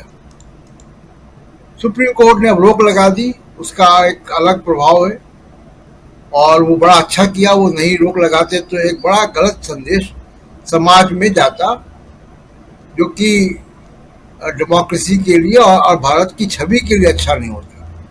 लेकिन जिस चीज को योगी एड्रेस कर रहे थे वो ऑब्जेक्टिव उनका पूरा हो गया। उनको नरेंद्र मोदी को एम्बेरस करना था, उन्होंने एम्बेरस कर दिया। और ये जो केशव प्रसाद मौर्य से डायलॉग बुलवाए गए संगठन और सरकार, अब योगी जी के गेंद में, पाले में गेंद है, वो सरवाइव कर गए, बच गए। जितना प्रचार था वो उसको निकल गया। वो अब दिल्ली और लखनऊ के बीच में ये उलझने रहेंगी, लंबे समय तक रहेंगी जी। तो यानी कई फ्रंट पे, केवल राहुल गांधी का ही मसला नहीं है, अपने बीजेपी के अंदर, आरएसएस के अंदर भी मोदी जी के लिए मुश्किलें हैं। राहुल गांधी जिस तरीके के चैलेंज इनके लिए बन के उभरे हैं, अब वो जो आपने प्रचार 15 साल चलाया राहुल गांधी के खिलाफ, अब वो रिवाइव नहीं हो सकता राजू जी। अब आप चाहें कि वो गोदी मीडिया लगा दें, कोई वो आईटी सेल का जो इनका हेड है, जो आतंकवाद की भी जो है हिमायत करता है टीवी चैनलों में बैठ के, वो चाहे कि राहुल गांधी को बदनाम दोबारा कर दे, तो वो हो नहीं सकता। अब राहुल गांधी एक डिफरेंट लीग में है और लीडर अपोजिशन है, तो राहुल गांधी से परेशानी रहेगी। लेकिन राहुल गांधी बहुत तैयारी के साथ है और उनकी तैयारी भारत जोड़ो यात्रा से हुई है। और मोदी जी अब कमजोर पिच पर खेल रहे हैं, और वो कमजोर पिच पे उस तरीके से चौके छक्के नहीं मार पाएंगे जिस तरीके से पिछले 10 साल वो करते रहे, जब प्रतिपक्ष नहीं था, विपक्ष नहीं था, कमजोर था विपक्ष, और ये जो मीडिया था ये बड़ा ताकतवर था। अब उस मीडिया की भी ताकत कम हुई है, काफी कम हुई है। तो स्थितियां अभी इस बजट सेशन में आप देखिएगा, पिछले सेशन तो एक उसका एजेंडा बड़ा डिफरेंट था, धन्यवाद का प्रस्ताव था, शपथ थी, स्पीकर का चुनाव था जी। और आज मोदी जी भाषण दे रहे हैं कि मुझको बोलने नहीं दिया गया, जी। लोकतंत्र की दुहाई दे रहे हैं। ये वो व्यक्ति हैं राजीव जी जिन्होंने 10 साल और अभी भी डिप्टी स्पीकर नहीं बनने दिया, जो कि परंपरागत रूप से विपक्ष का ही रहता है। और आप कह रहे हैं कि बड़े लोकतांत्रिक हैं। आप कहाँ के लोकतांत्रिक? लोकतंत्र का मतलब ये होता है कि विपक्ष ना हो, आपको भाषण देने का एक मंच मिलता रहे और जिसमें कि बिरला जी मुस्कुरा के आपके भाषण सुनते रहे स्पीकर की कुर्सी बैठ के, तो ये लोकतंत्र है। लोकतंत्र कैसा होता है अभी अगले कुछ साल मोदी जी को ये भी देखना है राजीव। बिल्कुल बिल्कुल। अपने आप को खुद को कमजोर साबित करने की कोशिश क्यों कर रहे हैं? आखिर यहां प्रधानमंत्री नरेंद्र मोदी कह रहे हैं कि 2.5 घंटे तक गला घोटा गया, बोलने नहीं दिया गया। विपक्ष पे ये आरोप लगाकर खुद को कमजोर क्यों साबित करना चाहते हैं? डॉक्टर प्रकाश हिंदुस्तानी जी, क्या हो सकता है इसके पीछे की रणनीति? थोड़ा उनकी सियासत भी अलग तरह की रही है, इसलिए समझना जरूरी है। हालांकि शुरुआत में प्रशांत टंडन जी ने ही कहा था कि ये हिंसक बातें, हिंसक शब्दावली का प्रयोग बीजेपी में और खासकर नरेंद्र मोदी और अमित शाह ज्यादा करते हुए सुने गए हैं। पिछले 10 साल में हम लोग सुन भी रहे हैं और उसके कई सारे एग्जाम्पल हैं, जिसका कुछ जिक्र किया भी यहां प्रशांत टंडन जी पहले अपने उद्बोधन में। लेकिन यहां पर क्या लगता है, क्यों आखिर ऐसा कर रहे हैं मोदी, जो अभी तक बिल्कुल 2014 से लेकर 24 तक कुछ और अंदाज में नजर आते थे? अनम्यूट कर लीजिए प्लीज।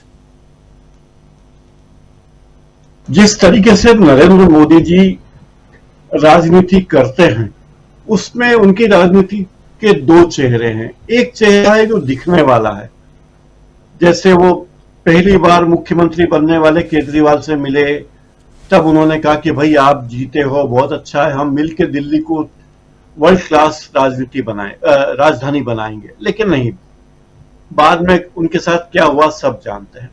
उन्होंने जिस के साथ वादा किया उसकी एक एक की दशा आप देख सकते हैं, चाहे शिवसेना वाले हों, चाहे हरियाणा की पार्टियां हों या पंजाब की पार्टी हो, बिहार के नेता हों, तो लोग अब शायद मोदी जी का असली चेहरा जान चुके हैं, समझ चुके हैं।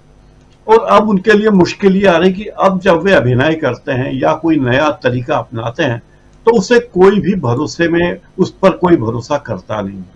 तो इस बात को मोदी जी समझ चुके हैं और ये शायद उनके भीतर की एक निराशा है जो वे व्यक्त करते हैं। दूसरी बात है कि जब उस एक अभिनय का एक तरीका है कि लोगों की सहानुभूति कैसे बटोरी जाए, तो वे हमेशा लोगों की सहानुभूति बटोरने के लिए इस तरह की बातें करते हैं। हालांकि पूरा देश जानता है कि प्रधानमंत्री कितना मजबूत व्यक्ति होता है, कितना मजबूत पद है ये, लेकिन फिर भी जब वे विपक्ष से डर रहे हैं तो उनके पास कोई बात कहने को बची नहीं है। मुझे लगता है कि उनके पास कुछ कहने को बचा नहीं है, इसलिए वे इस तरह की बातें करते हैं ताकि लोगों को भरमा सके। राजीव जी जी बिल्कुल बिल्कुल।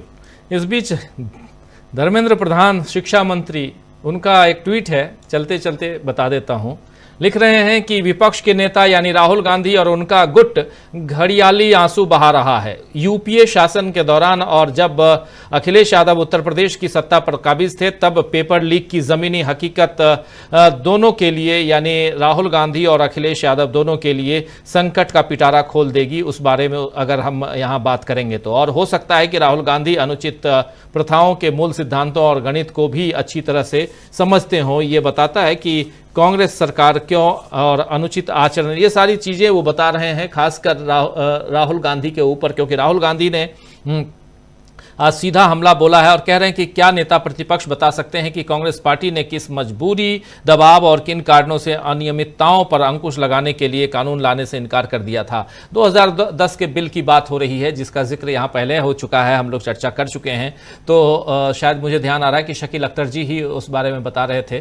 तो 2010 की बात आप कर रहे हैं 2024 में, 14 से लेकर 24 तक, और अब आगे बढ़ रहे हैं आप तीसरे कार्यकाल में, और अभी आप कह रहे हैं कि उस समय क्यों नहीं किए और अब ऐसा क्यों। ये तमाम बातें बार बार वही जो आप कह रहे हैं डॉक्टर प्रकाश हिंदुस्तानी जी, कि यहां पर परिस्थितियां खुद को बचाने के लिए, और जो सवाल लगातार मैं पूछ रहा हूं, हम लोग जिस पे चर्चा कर रहे हैं कि आखिर इतने डिफेंसिव मोड में नरेंद्र मोदी और उनकी सरकार, उनकी पार्टी क्यों आ गई है, यह समझने की कोशिश हम कर रहे हैं और लगातार इस पे चर्चा कर रहे हैं। इतना डिफेंसिव मोड आखिर क्यों? और जब बाकी बातों में कहीं कहीं सीना चौड़ा करके बात तो करते हैं, लेकिन फिर भी चेहरे पे वो भाव नजर नहीं आता जो भाव पहले हुआ करता था। चलिए, अच्छी बात है, थोड़ा डर कायम रहना चाहिए, और उसमें भी लोकतंत्र में तो ये डर जायज है। जायज इसलिए है क्योंकि इससे लोकतंत्र की मजबूती का पता चलता है, और उसके साथ साथ संविधान पर कम से कम भरोसा आप बनाए रखें, इसका भी पता चलता है।